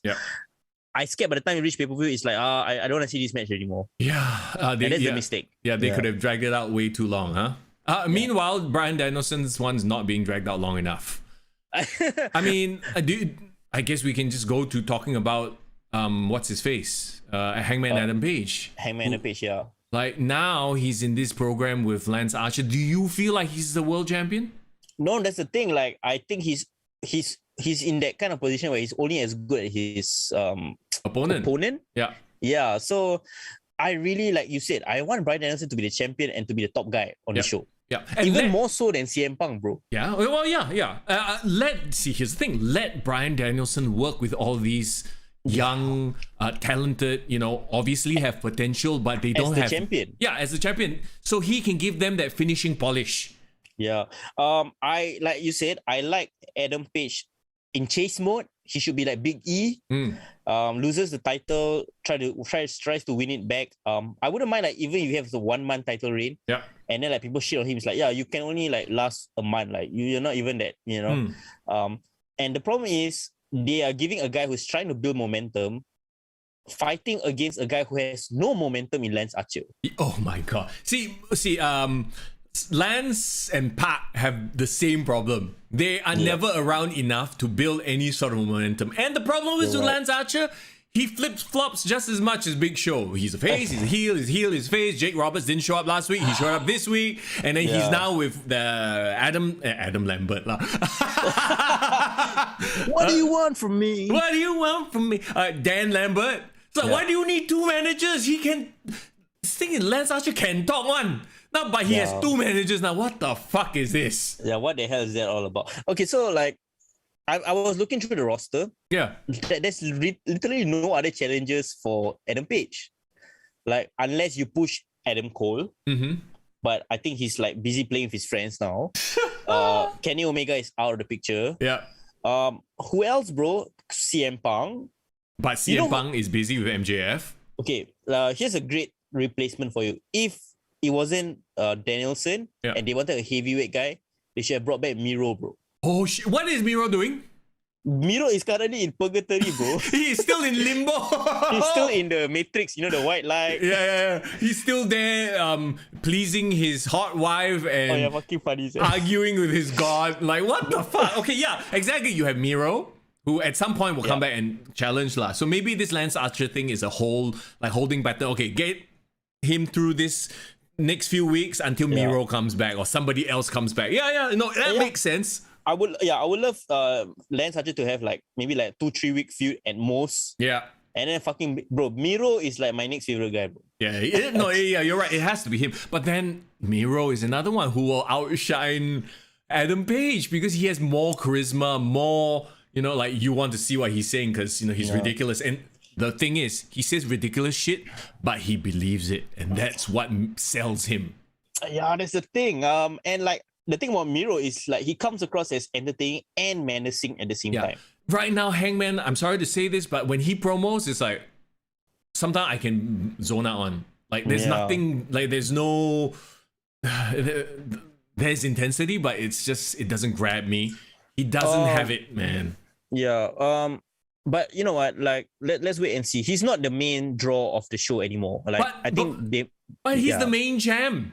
Yeah, there's a problem but I blame it on AEW as well because he's not the one opening the show. He's not the one closing the show. Yeah. Like if it was a Hangman appearance, they should like, oh shit, it's Hangman making an appearance. Like they should do it in that way. But I think since he won the title, maybe putting him up against Bryan Danielson wasn't such a good idea because now we are very spoiled. Yeah. The same. I think Irvin brought it up as well. It's the same problem with Big E, right? Like he was the champion, but the focus was on other people.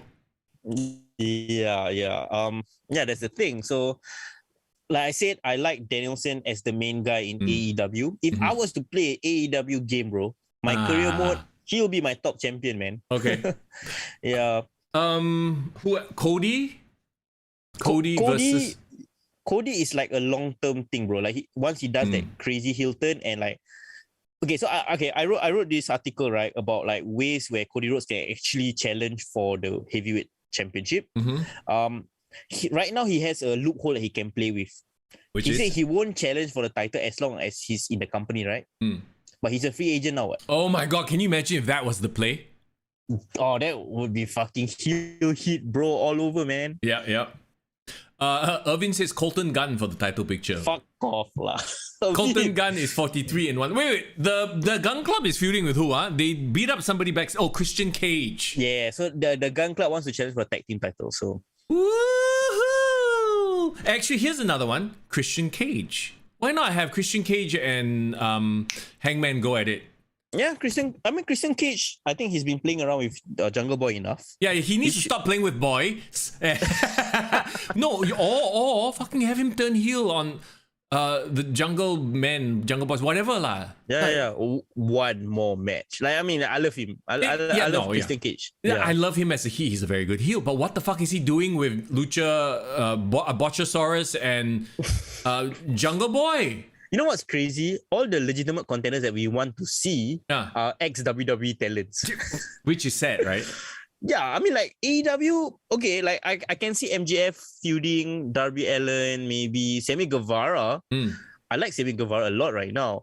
But, like, they haven't reached statuses of, like, you know, like main guy status. Yep. I think even Adam Page, as great as he is, doesn't feel like he's a superstar yet. They're still building him up. Bro, they're not superstars. They are pro wrestlers. Yeah, maybe. No, I know what you mean. He's not like a name. Like, if you talk to the average person, odds are they will have no idea who the fuck Hangman Page is, but they'll know a Daniel Bryan, they'll know a CM Punk, they'll know even a Drew McIntyre or a Big E. They might know. You know where Hangman Page is now? Where? She's like the same position as Randy Orton when he first won the title and he's feuding with Triple H. Yeah. Like, you know that he can be a star, there's a potential there, but he's just too green. Like, he's too not a known enough name. He needs to like fall down and get back up, fight Undertaker. Maybe I don't know who else can he fight. But yeah, no, that's a very good example right there. So, okay, you got that. And like I said, like, there's not much else to talk about because it's not interesting. Yeah, right? yeah. There's the whole Chris Jericho, Santana Ortiz. They're teasing a breakup there. You know, Jericho and Eddie Kingston gonna clash at some point. Yeah, I mean, I enjoy Chris Jericho more for his podcast nowadays, not for his storylines. Yeah, Chris has sort of worked his way through the roster a bit, and now he's getting a little bit long in the tooth. I wouldn't mind seeing him like get ousted from his own inner circle and just disappear for a year, or like just take a break, bro. Like, rest, man. But he's on the commentary team, bro. That one another story, bro. That's so, Jesus. Yeah.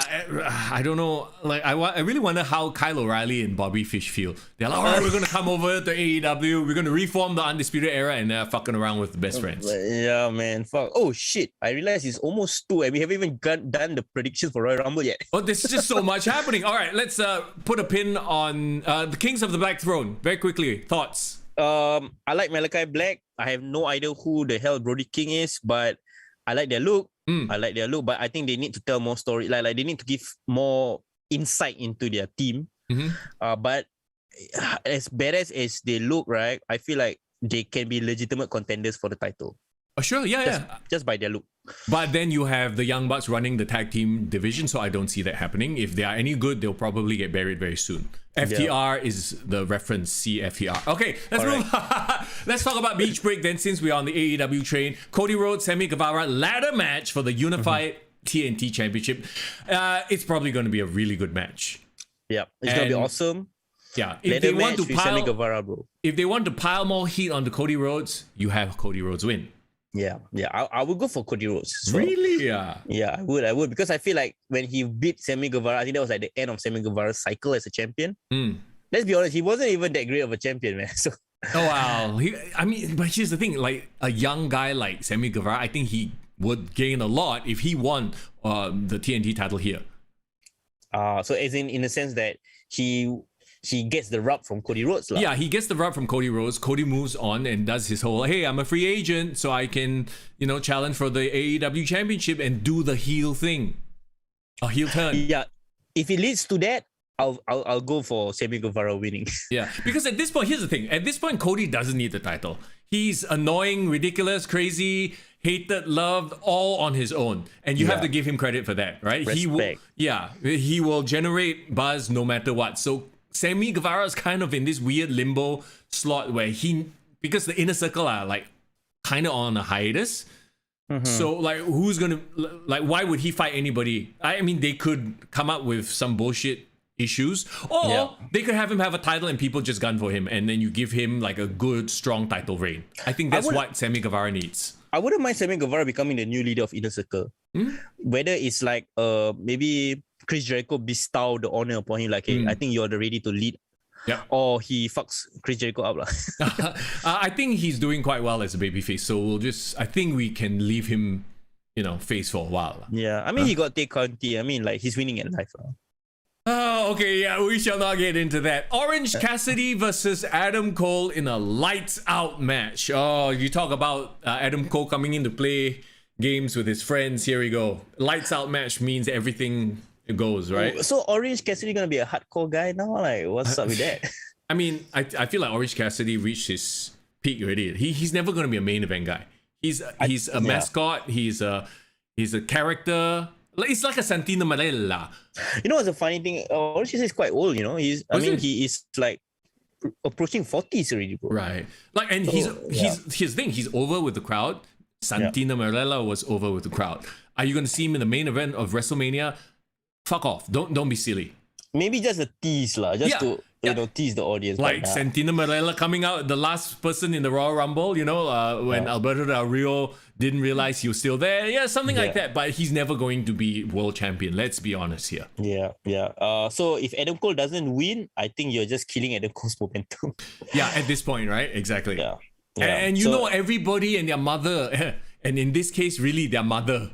Because Trent's mother gets involved. Everybody will be involved in this. Yeah. But like, can he do a better lights out match than his girlfriend, Britt Baker? That's the question. Oh, we will see. Tabadat, how you doing, man? It's good to see you. Tab says... you're joining us right at the tail end of the podcast, yeah, bro. Tab says, doesn't know Brody King? Shock. Yeah, well, I don't know Brody King, and we don't follow indie much shows. Anyway, let's move on. Chris Jericho, Santana Ortiz versus Daniel Garcia in 2.0. Can I say Daniel Garcia is so bland and like I couldn't pick him out from a lineup.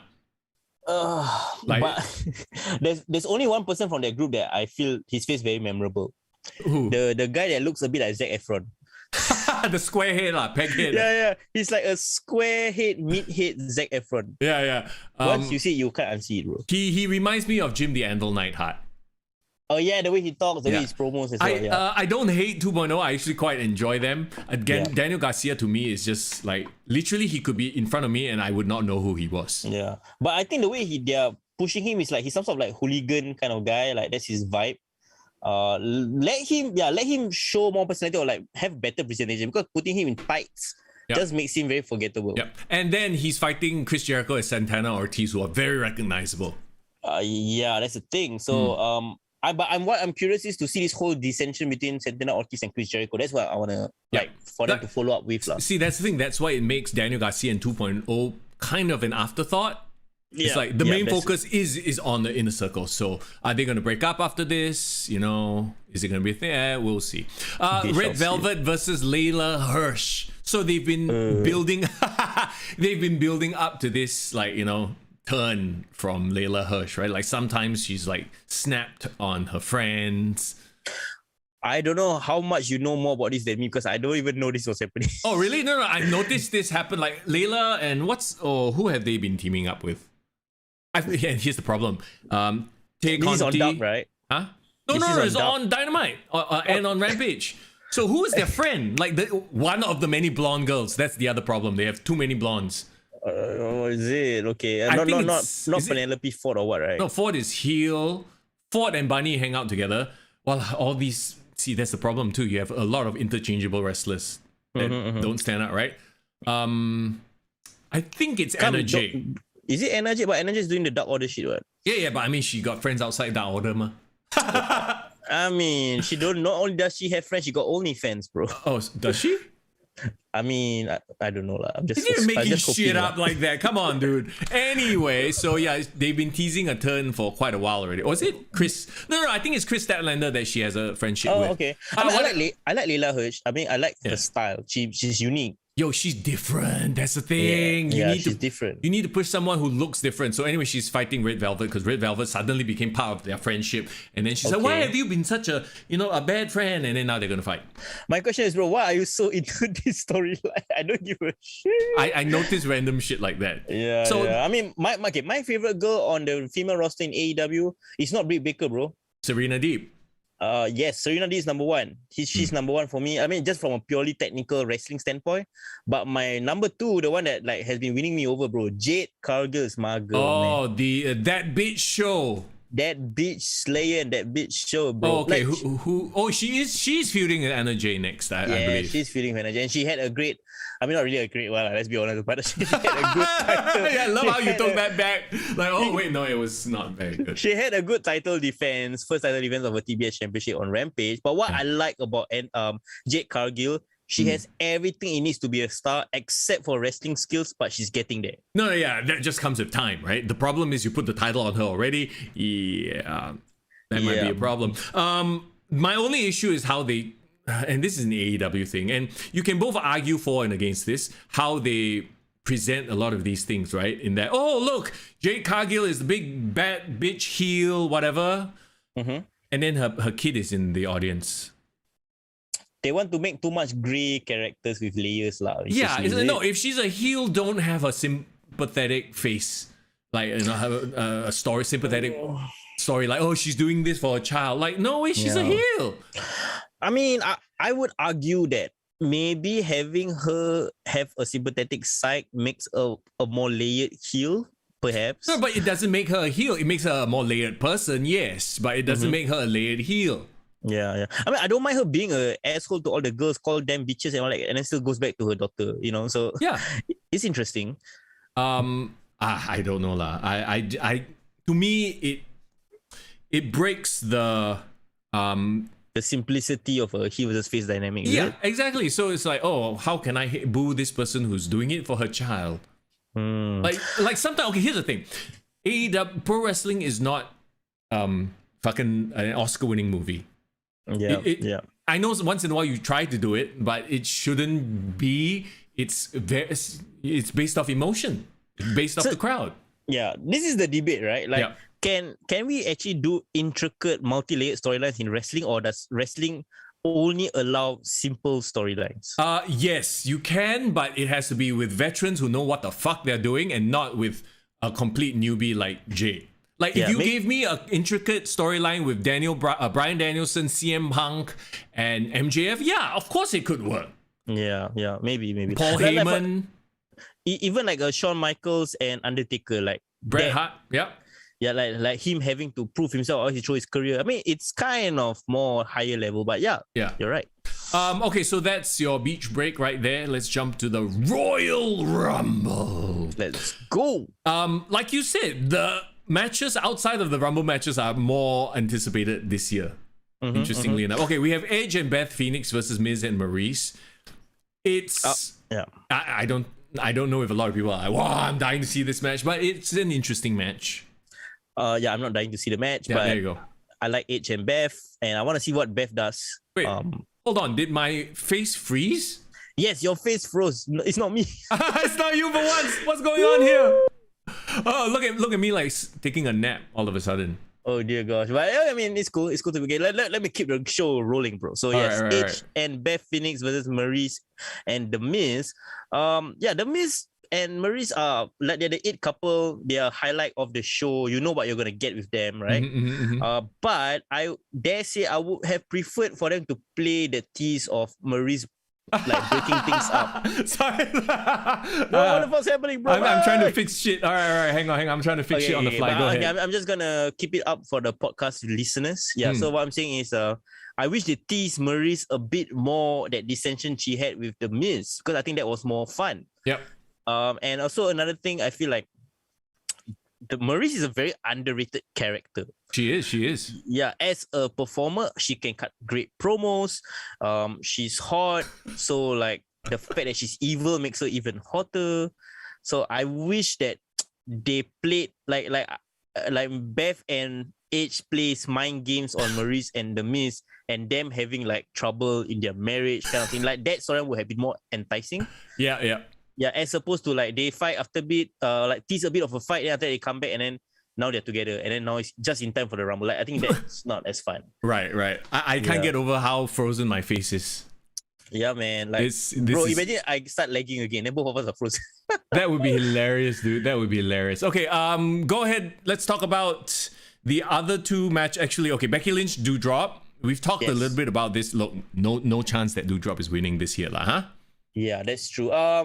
Becky Lynch, I guess she's a star player right now. Like she is one of the best wrestlers, female wrestlers, and one of their headliners. Like Roman Reigns said, like if you want a headliner, I'll go for Becky Lynch. So Becky Lynch needs to carry the title all the way to Mania. It's as simple as that, bro. True. Yeah. Okay, what about Roman Reigns versus Seth freaking Rollins? Talking about that match. Okay, so Roman Reigns, Seth Rollins. I like that the crowd is kind of like leaning towards Seth Rollins as the de facto face. Yeah. And then Seth Rollins also has Roman Reigns' number because he mentioned that Roman Reigns hasn't beaten Seth Rollins in singles competition at all. So like it's something that you want to kind of see. Yeah, I fixed it. All right. You were some alternate dimension for a bit. I know, right? Yeah. So yes, Roman Reigns and Seth Rollins. Like I do want to see the match just for that curiosity of whether Roman Reigns can beat Seth Rollins. Makes the most sense. No? Did we lose foreign completely? No, we're good. Okay. This is hilarious. Yeah, by the way, the Usos have been banned from ringside on this one. Yes, because of course, if you watch SmackDown, Kevin Owens, who is like an ally of Seth Rollins, helped beat the Usos. So now it's 1-on-1. So I'm looking forward to like a good match. Legitimately good match. I think they will have a good match. I don't think it will be a schmoz. You know, I think they need to put Roman Reigns over. It feels like it's been a while since he's wrestled, huh? Seth Rollins, you mean? Or anybody for that matter, because remember he was sick for day one, so he didn't wrestle. Yes, Roman Reigns. Yes, Roman Reigns hasn't wrestled for almost like 2 months. Actually, since Survivor Series, bro. They didn't have a match. They didn't have a pay-per-view in December as well. Yeah, so it feels like he needs a big statement, like, oh, I'm still relevant, I'm still strong, whatever. And it only makes sense here. I mean, they could swerve us if Seth wins the title, and then Roman Reigns inserts himself in the men's Royal Rumble. And wins it. Sorry, is your voice a bit robotic? That's what I'm hearing right now. Really? Okay. Yeah. If you can hear on the playback, it's like there's like the delay feedback sound. Oh gosh. Voice, I guess. Oh my god, everything is breaking down in this moment. No, nothing good happens after 2 p.m. That's why we need to wrap up within 2 hours. Yeah, if not, we will okay, well, no, don't worry. I'll take over the reins for now. Yeah, so Roman Reigns hasn't wrestled for a while. Since Survivor Series, he said, "Oh no, she did have that one-off random match against Sami Zayn, which she did completely destroy." Yeah. So yeah, since no day one, he wasn't on day one. So Royal Rumble is the first time seeing Roman Reigns in action. So, in my mind, like I think Roman Reigns clearly will win. Yeah. It's just what is the story they're gonna tell for Seth Rollins going forward. True. Okay. Let me know. There you go. You're back. Okay, I'm back. Okay, so it was probably just a lag issue, lah. Okay. Tony Khan tilted at this podcast already. Yeah, Tony Khan got angry with what we said, so he's like, "Fuck you guys! I'm gonna get my connections over at the internet companies and screw y'all." Fuck off. WWE tier quality live streaming. You know it, Tubbs. You know it. All right.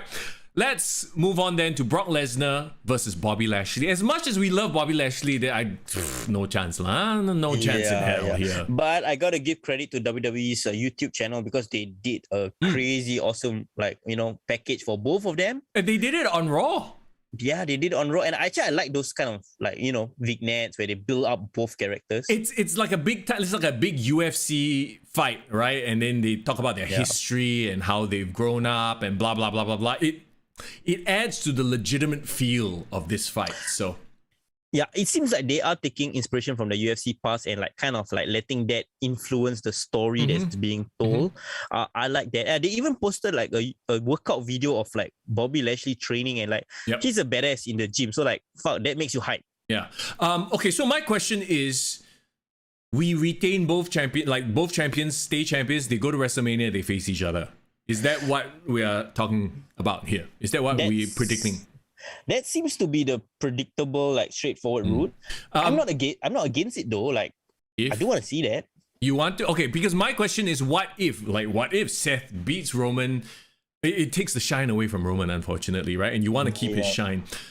So you know what I think? I wouldn't put past WWE to let Brock Lesnar drop his title. Okay, to Bobby Lashley, and then he enters the Rumble, gets the title shot, and goes up against Roman Reigns. Possible. Because you have a problem here, right? The winner of the men's Royal Rumble gets to challenge for the title, and if it's going to be title versus title, then you're going to have a third person who has a title shot, unless they do the thing again where it's been done before, right? They cash in before WrestleMania. Yeah. That's the thing. So like throwing the Royal Rumble winner into the whole situation just like fucks up the entire equation. Yep. But I think that has a lot of opportunities for like a newcomers to come to the main event scene. So I'm not against that. What I'm saying is like, hear me out. If Brock Lesnar drops the title to Bobby Lashley, and then Brock Lesnar just goes and does his program with Roman Reigns, so the SmackDown title scene is like set up. But Bobby Lashley, now the winner, gets to face the winner of the Royal Rumble. So then that is their Raw event. Well, here's the thing. There is still Elimination Chamber in Saudi Arabia, which, isn't exactly the most, fitting title for pay-per-view. Elimination in Saudi Arabia. Yeah, I know, right? A lot of people have brought that up. So, okay, here's the thing. Elimination. I read something off the dirt sheets that they were contemplating changing the name of the Elimination Chamber to the WrestleMania Chamber because of this very problem. Okay. I mean, I'm just done with WWE and their name changes. Like, fuck it. Just change whatever you want. Yeah. But so, okay. Elimination Chamber means the winner of the Elimination Chamber gets a title shot. So now you have another opportunity for a title shot. So it's like, ooh. Okay, to me, this actually makes everything very, very interesting leading up to WrestleMania. Very murky, yeah. Okay, it's cool. It's cool. We gotta respect the fact that WWE, I think, it's not their initial plan. Clearly, Roman having COVID changes a lot of things. Yep. But you like the fact that, okay, shit, now it's unpredictable. You do not know what's going to happen. Roman Reigns versus Brock Lesnar is not guaranteed at WrestleMania right now. Or even if it is, they need to do a couple of like steps to lead to that. And also whether it's going to be title versus title. Because here's the problem though. Because when you had Brock win the WWE title, and now there's the expectation of Roman versus Brock, title versus title. And if you give anything else, wouldn't it be a step down? That's the thing. Like that's why you should have the separate title winner be like a Bobby Lashley, so that Roman and Brock can just be a thing for one title. Like, one guy might have to lose the title for that to happen. Yep. But I think that's better than title versus title, because then your main event is set in stone, and then you render the entire Royal Rumble and Elimination Chamber redundant. You know what I mean? Well, here's the thing. I don't know why I was randomly thinking about this, right? But doesn't it feel like to you the past few years that these title opportunities, the gimmicked ones like Money in the Bank, Royal Rumble, and I guess in a certain way, Elimination Chamber, they've been wasted, especially Money in the Bank. If you think about the last year's winners of Money in the Bank, Big E and Otis. Otis lucky worse. He didn't even get a title shot. He lost the briefcase to Miz, who in turn had a 1 week title reign. Yeah, 2019 was Brock Lesnar. Don't forget that. Which is another stupid, ridiculous thing, right? And then Nikki ASH on the women's side. So like the Money in the Bank has become a bit of a joke. Honest to God, I can't even name the last two like chamber winners, bro. Yeah, exactly. So it's like, it's just there to serve its purpose to put somebody in the title picture, right? Yeah. Okay. What if Seth wins, Bobby Lashley wins, Roman Reigns and Brock Lesnar, they just have a mega battle at WrestleMania over the Paul Heyman title. Oh my god, yeah. Nah, I don't think so, bro. Because Roman Reigns is still gonna be the top guy. Hear me out. Roman. Okay. If we have Roman versus Brock at WrestleMania, which is, like you said, even if there are no titles involved, it is still a marquee match, right? Yeah. So you have several marquee matches now. You have Seth Rollins versus the winner of the Rumble or the winner of the Elimination Chamber. You have Bobby Lashley versus the winner of either the Rumble or the Elimination Chamber. And all throughout, they can pick and choose because the winner of the Rumble gets to decide which champion he wants to go face. So you have multiple main events now. Now, you talk about a 2-day WrestleMania. Wouldn't that make sense? Yes, I agree. And also, yes, you brought up a great point. It's 2 days, so maybe the winner of the Royal Rumble can even face the champion on the first night and then defend the title against the next guy, you know? So, but, okay, that so permutations, bro. That one I don't know. It's like the whole Wrestle Kingdom thing. Yeah. You know, I don't know if I want to see, let's say, whoever, Brock Lesnar wrestle night 1 and then night 2. But there's the thing, WWE has not much stars. They may need to rely on Brock Lesnar wrestling 2 nights. Well, there you go. My point is that maybe they think, okay, Seth and Bobby, they are, you know, they are not superstars, but they're perfectly fine as champions, right? Yeah. And then maybe you can have Big E versus Seth Rollins for the WWE Championship or whatever, like Universal Championship. Or you have Brock Lesnar. No, sorry. Bobby Lashley versus Big E, and then you can have Seth versus friggin' Kevin Owens. Yeah. It's okay. So here are my predictions. I guess we're gonna jump into Royal Rumble predictions really soon.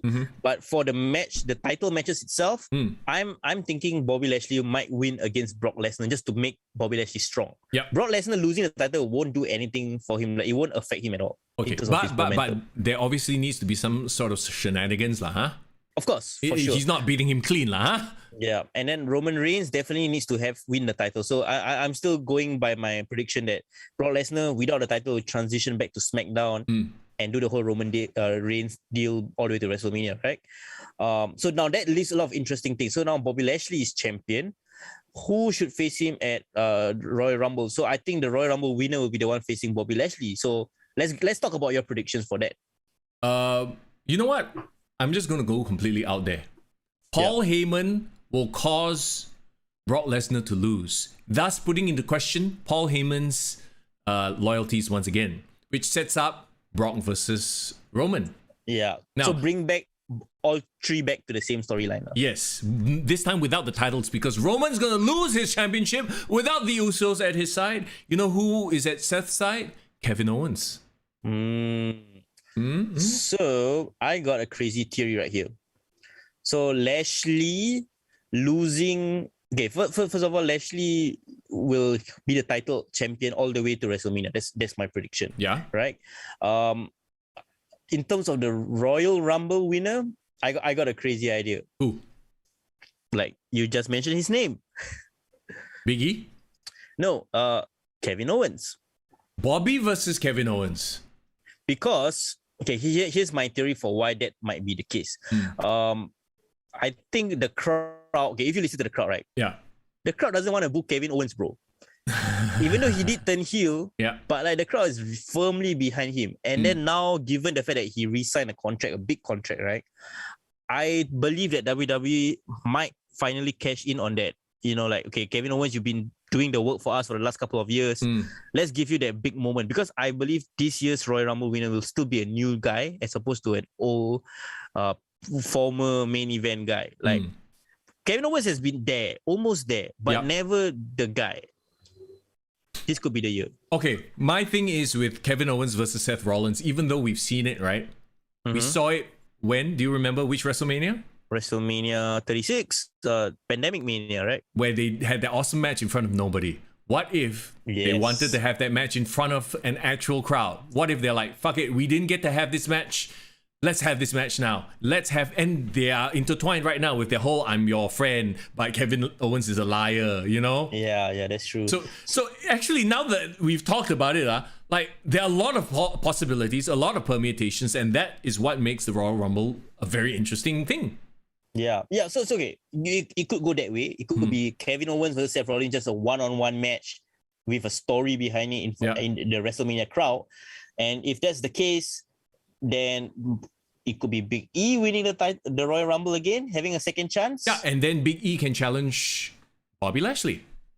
The Battle of the Horses. And even though, yes, we had that match, but then now, Yeah, but then now this is in front of WrestleMania, so I wouldn't, and it will be a way to rehabilitate Big E from previously not a champion.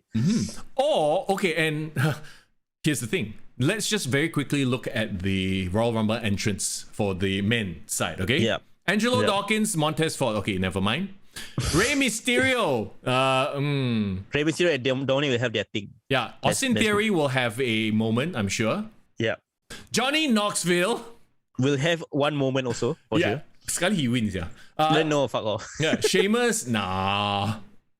Nah, too soon. Damian Priest. Too late. Yeah. Damian Priest, not yet, lah. Huh?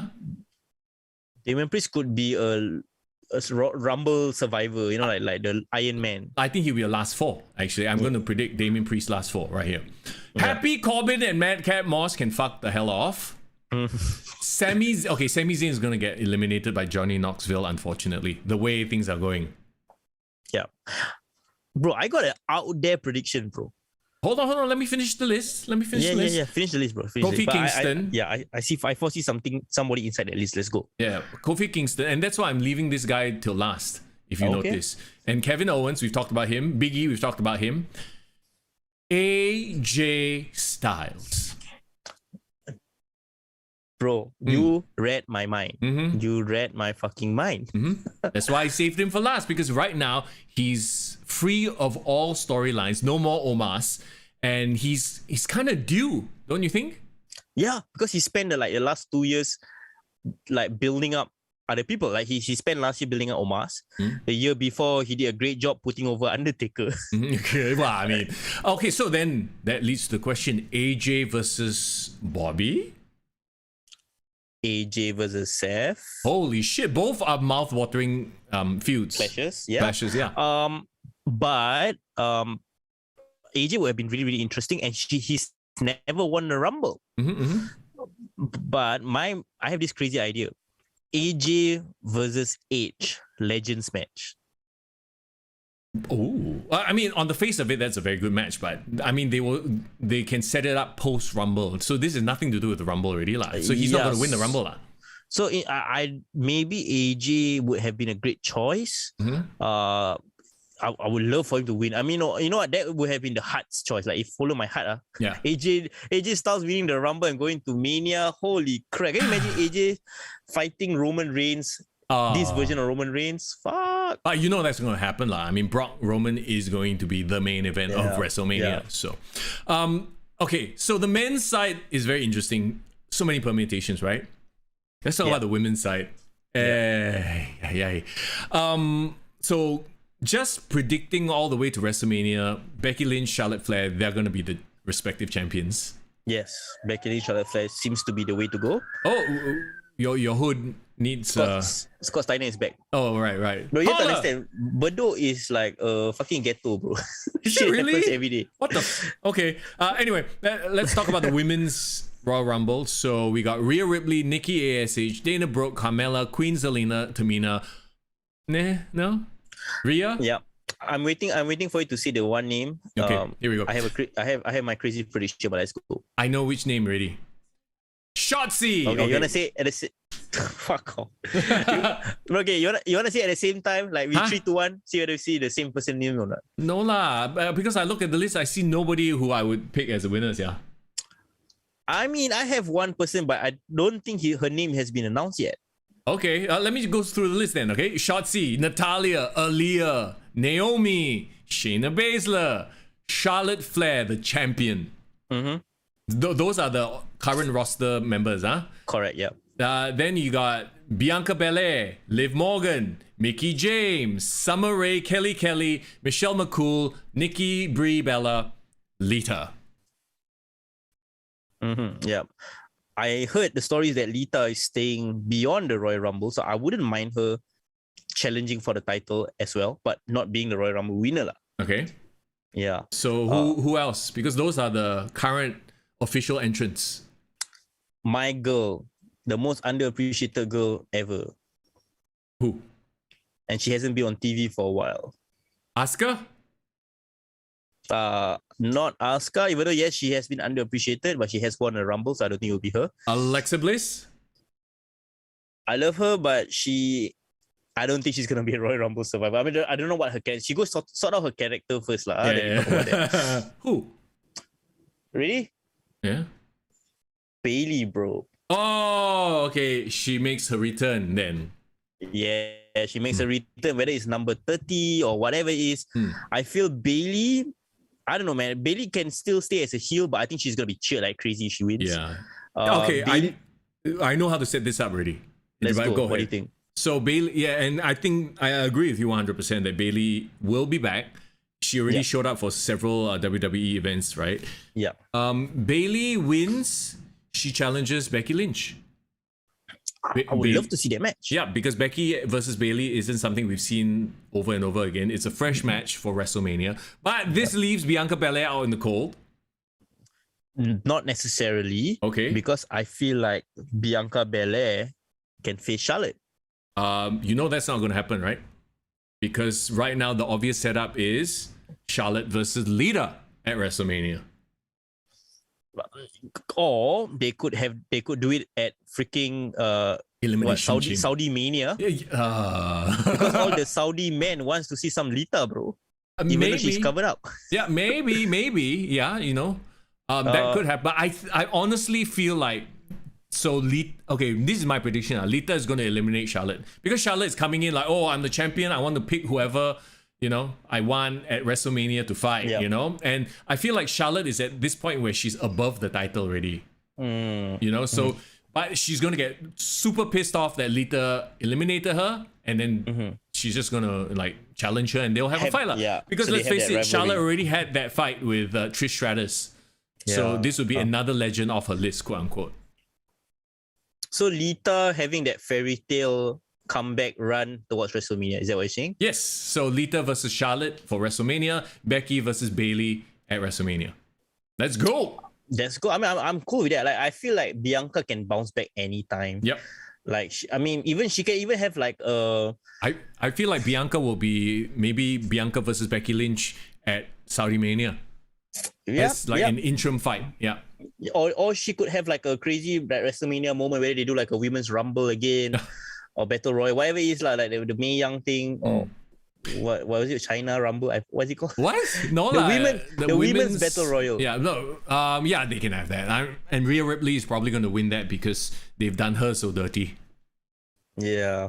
I mean, I would love to see Bianca Belair, winning the title again, but I kind of feel like she already had her moment Yep. at Mania, so I don't think the WWE needs to create more new stars. And Bailey, as amazing as she's been, right, hasn't had that marquee WrestleMania match. Yep.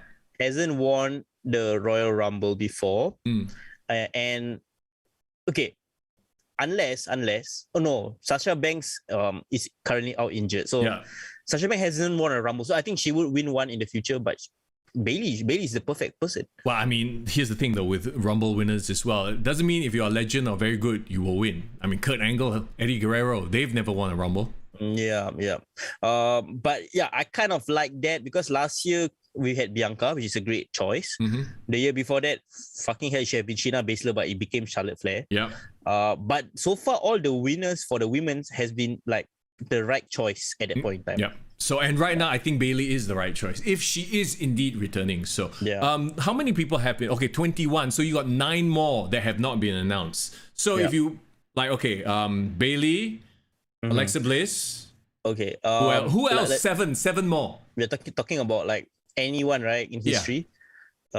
Mickey James already inside that list, right? Yeah. Mickey James is in the list, announced list. Fuck. 7 leh. Like NXT. Okay, actually Xia Li is probably going to show up, right?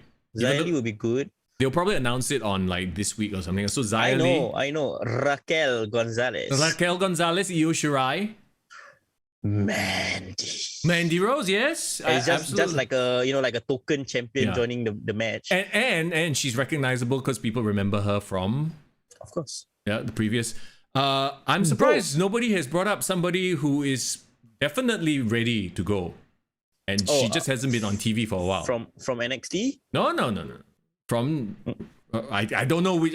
She wasn't even drafted. Poor thing. Tell me, bro. Tell me who. I mean, she has a daughter. And that's why she went away. And she had a thing with Ric Flair. Woo! supposedly storyline. And that's why she decided to go away. Yeah. Lacey Evans. Lacey Evans, yeah. I mean, she would be a great surprise return. She's not going to win lah, but yeah, surprise return for sure. Anyone else on the shelf that we haven't talked about? No, I don't we think talk about so. Asuka making a surprise return, maybe. Oh, you know what? I wouldn't be fucking surprised if, for some stupid reason, Sonya Deville entered the Rumble and eliminates Naomi. Oh my god, continuing the feud that still makes no sense. Okay, you know what? Who I would love actually? Yeah, who? Kairi Sane. Oh man, I miss her so much. Yeah, she just comes back for a one-off because she removed the WWE from her like Instagram name already, so she's just Kairi Sane, right? But I am hoping against hope that WWE is gonna pull off some surprises and open a bit more of that forbidden door. Yeah.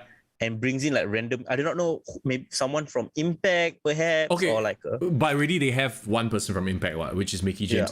The thing is, they need to bring in somebody who is either a new signee or somebody recognizable from the WWE's past. Yeah. Who hasn't gotten that shine? Let me think. Eve Torres. Okay, yeah, no, let's move on then. Yeah, but anyway, you know, I it's kind of building up. Like this, it's getting more stacked. So that should be interesting. Yeah, well, I mean, we'll obviously be here next week with all the reviews and everything fresh off the Rumble. So I can't wait for that. There you go. That's our preview of Rumble Beach Break this week in wrestling as well. Thank you guys so much for hanging out on this Monday afternoon. Maybe you're feeling a bit of that post-lunch, like, snooze. Appreciate everyone who is still on the chat. I think we are going on 2.5 hours. So this is like our longest episode this season. Respect to you guys, bro. That's right. We will be back next week, of course, as always. And yeah, we will have the Rumble to talk about. So I can't wait for that. Actually, now that we've talked about the Rumble, I'm quite hyped up. I was not hyped up before. Now I am. Yeah, man. Don't worry, bro. You know what? Royal Rumble will never fail to disappoint. Even if it's like a slow Rumble or what, there's always talking points. So I think we're looking forward to that. And you know what's the best thing about next week, bro? What's that? I will get a proper Ethernet adapter cable, bro. Hopefully, bro. Hopefully that will be the case. Pray for it. It is. Next Monday is also the eve of Chinese New Year. Okay, cool. So that means we'll do a quick one, and you can get to enjoy your CNY celebrations, bro. So while everyone is busy cleaning the house and shit, we'll be here talking wrestling. That's the way, bro.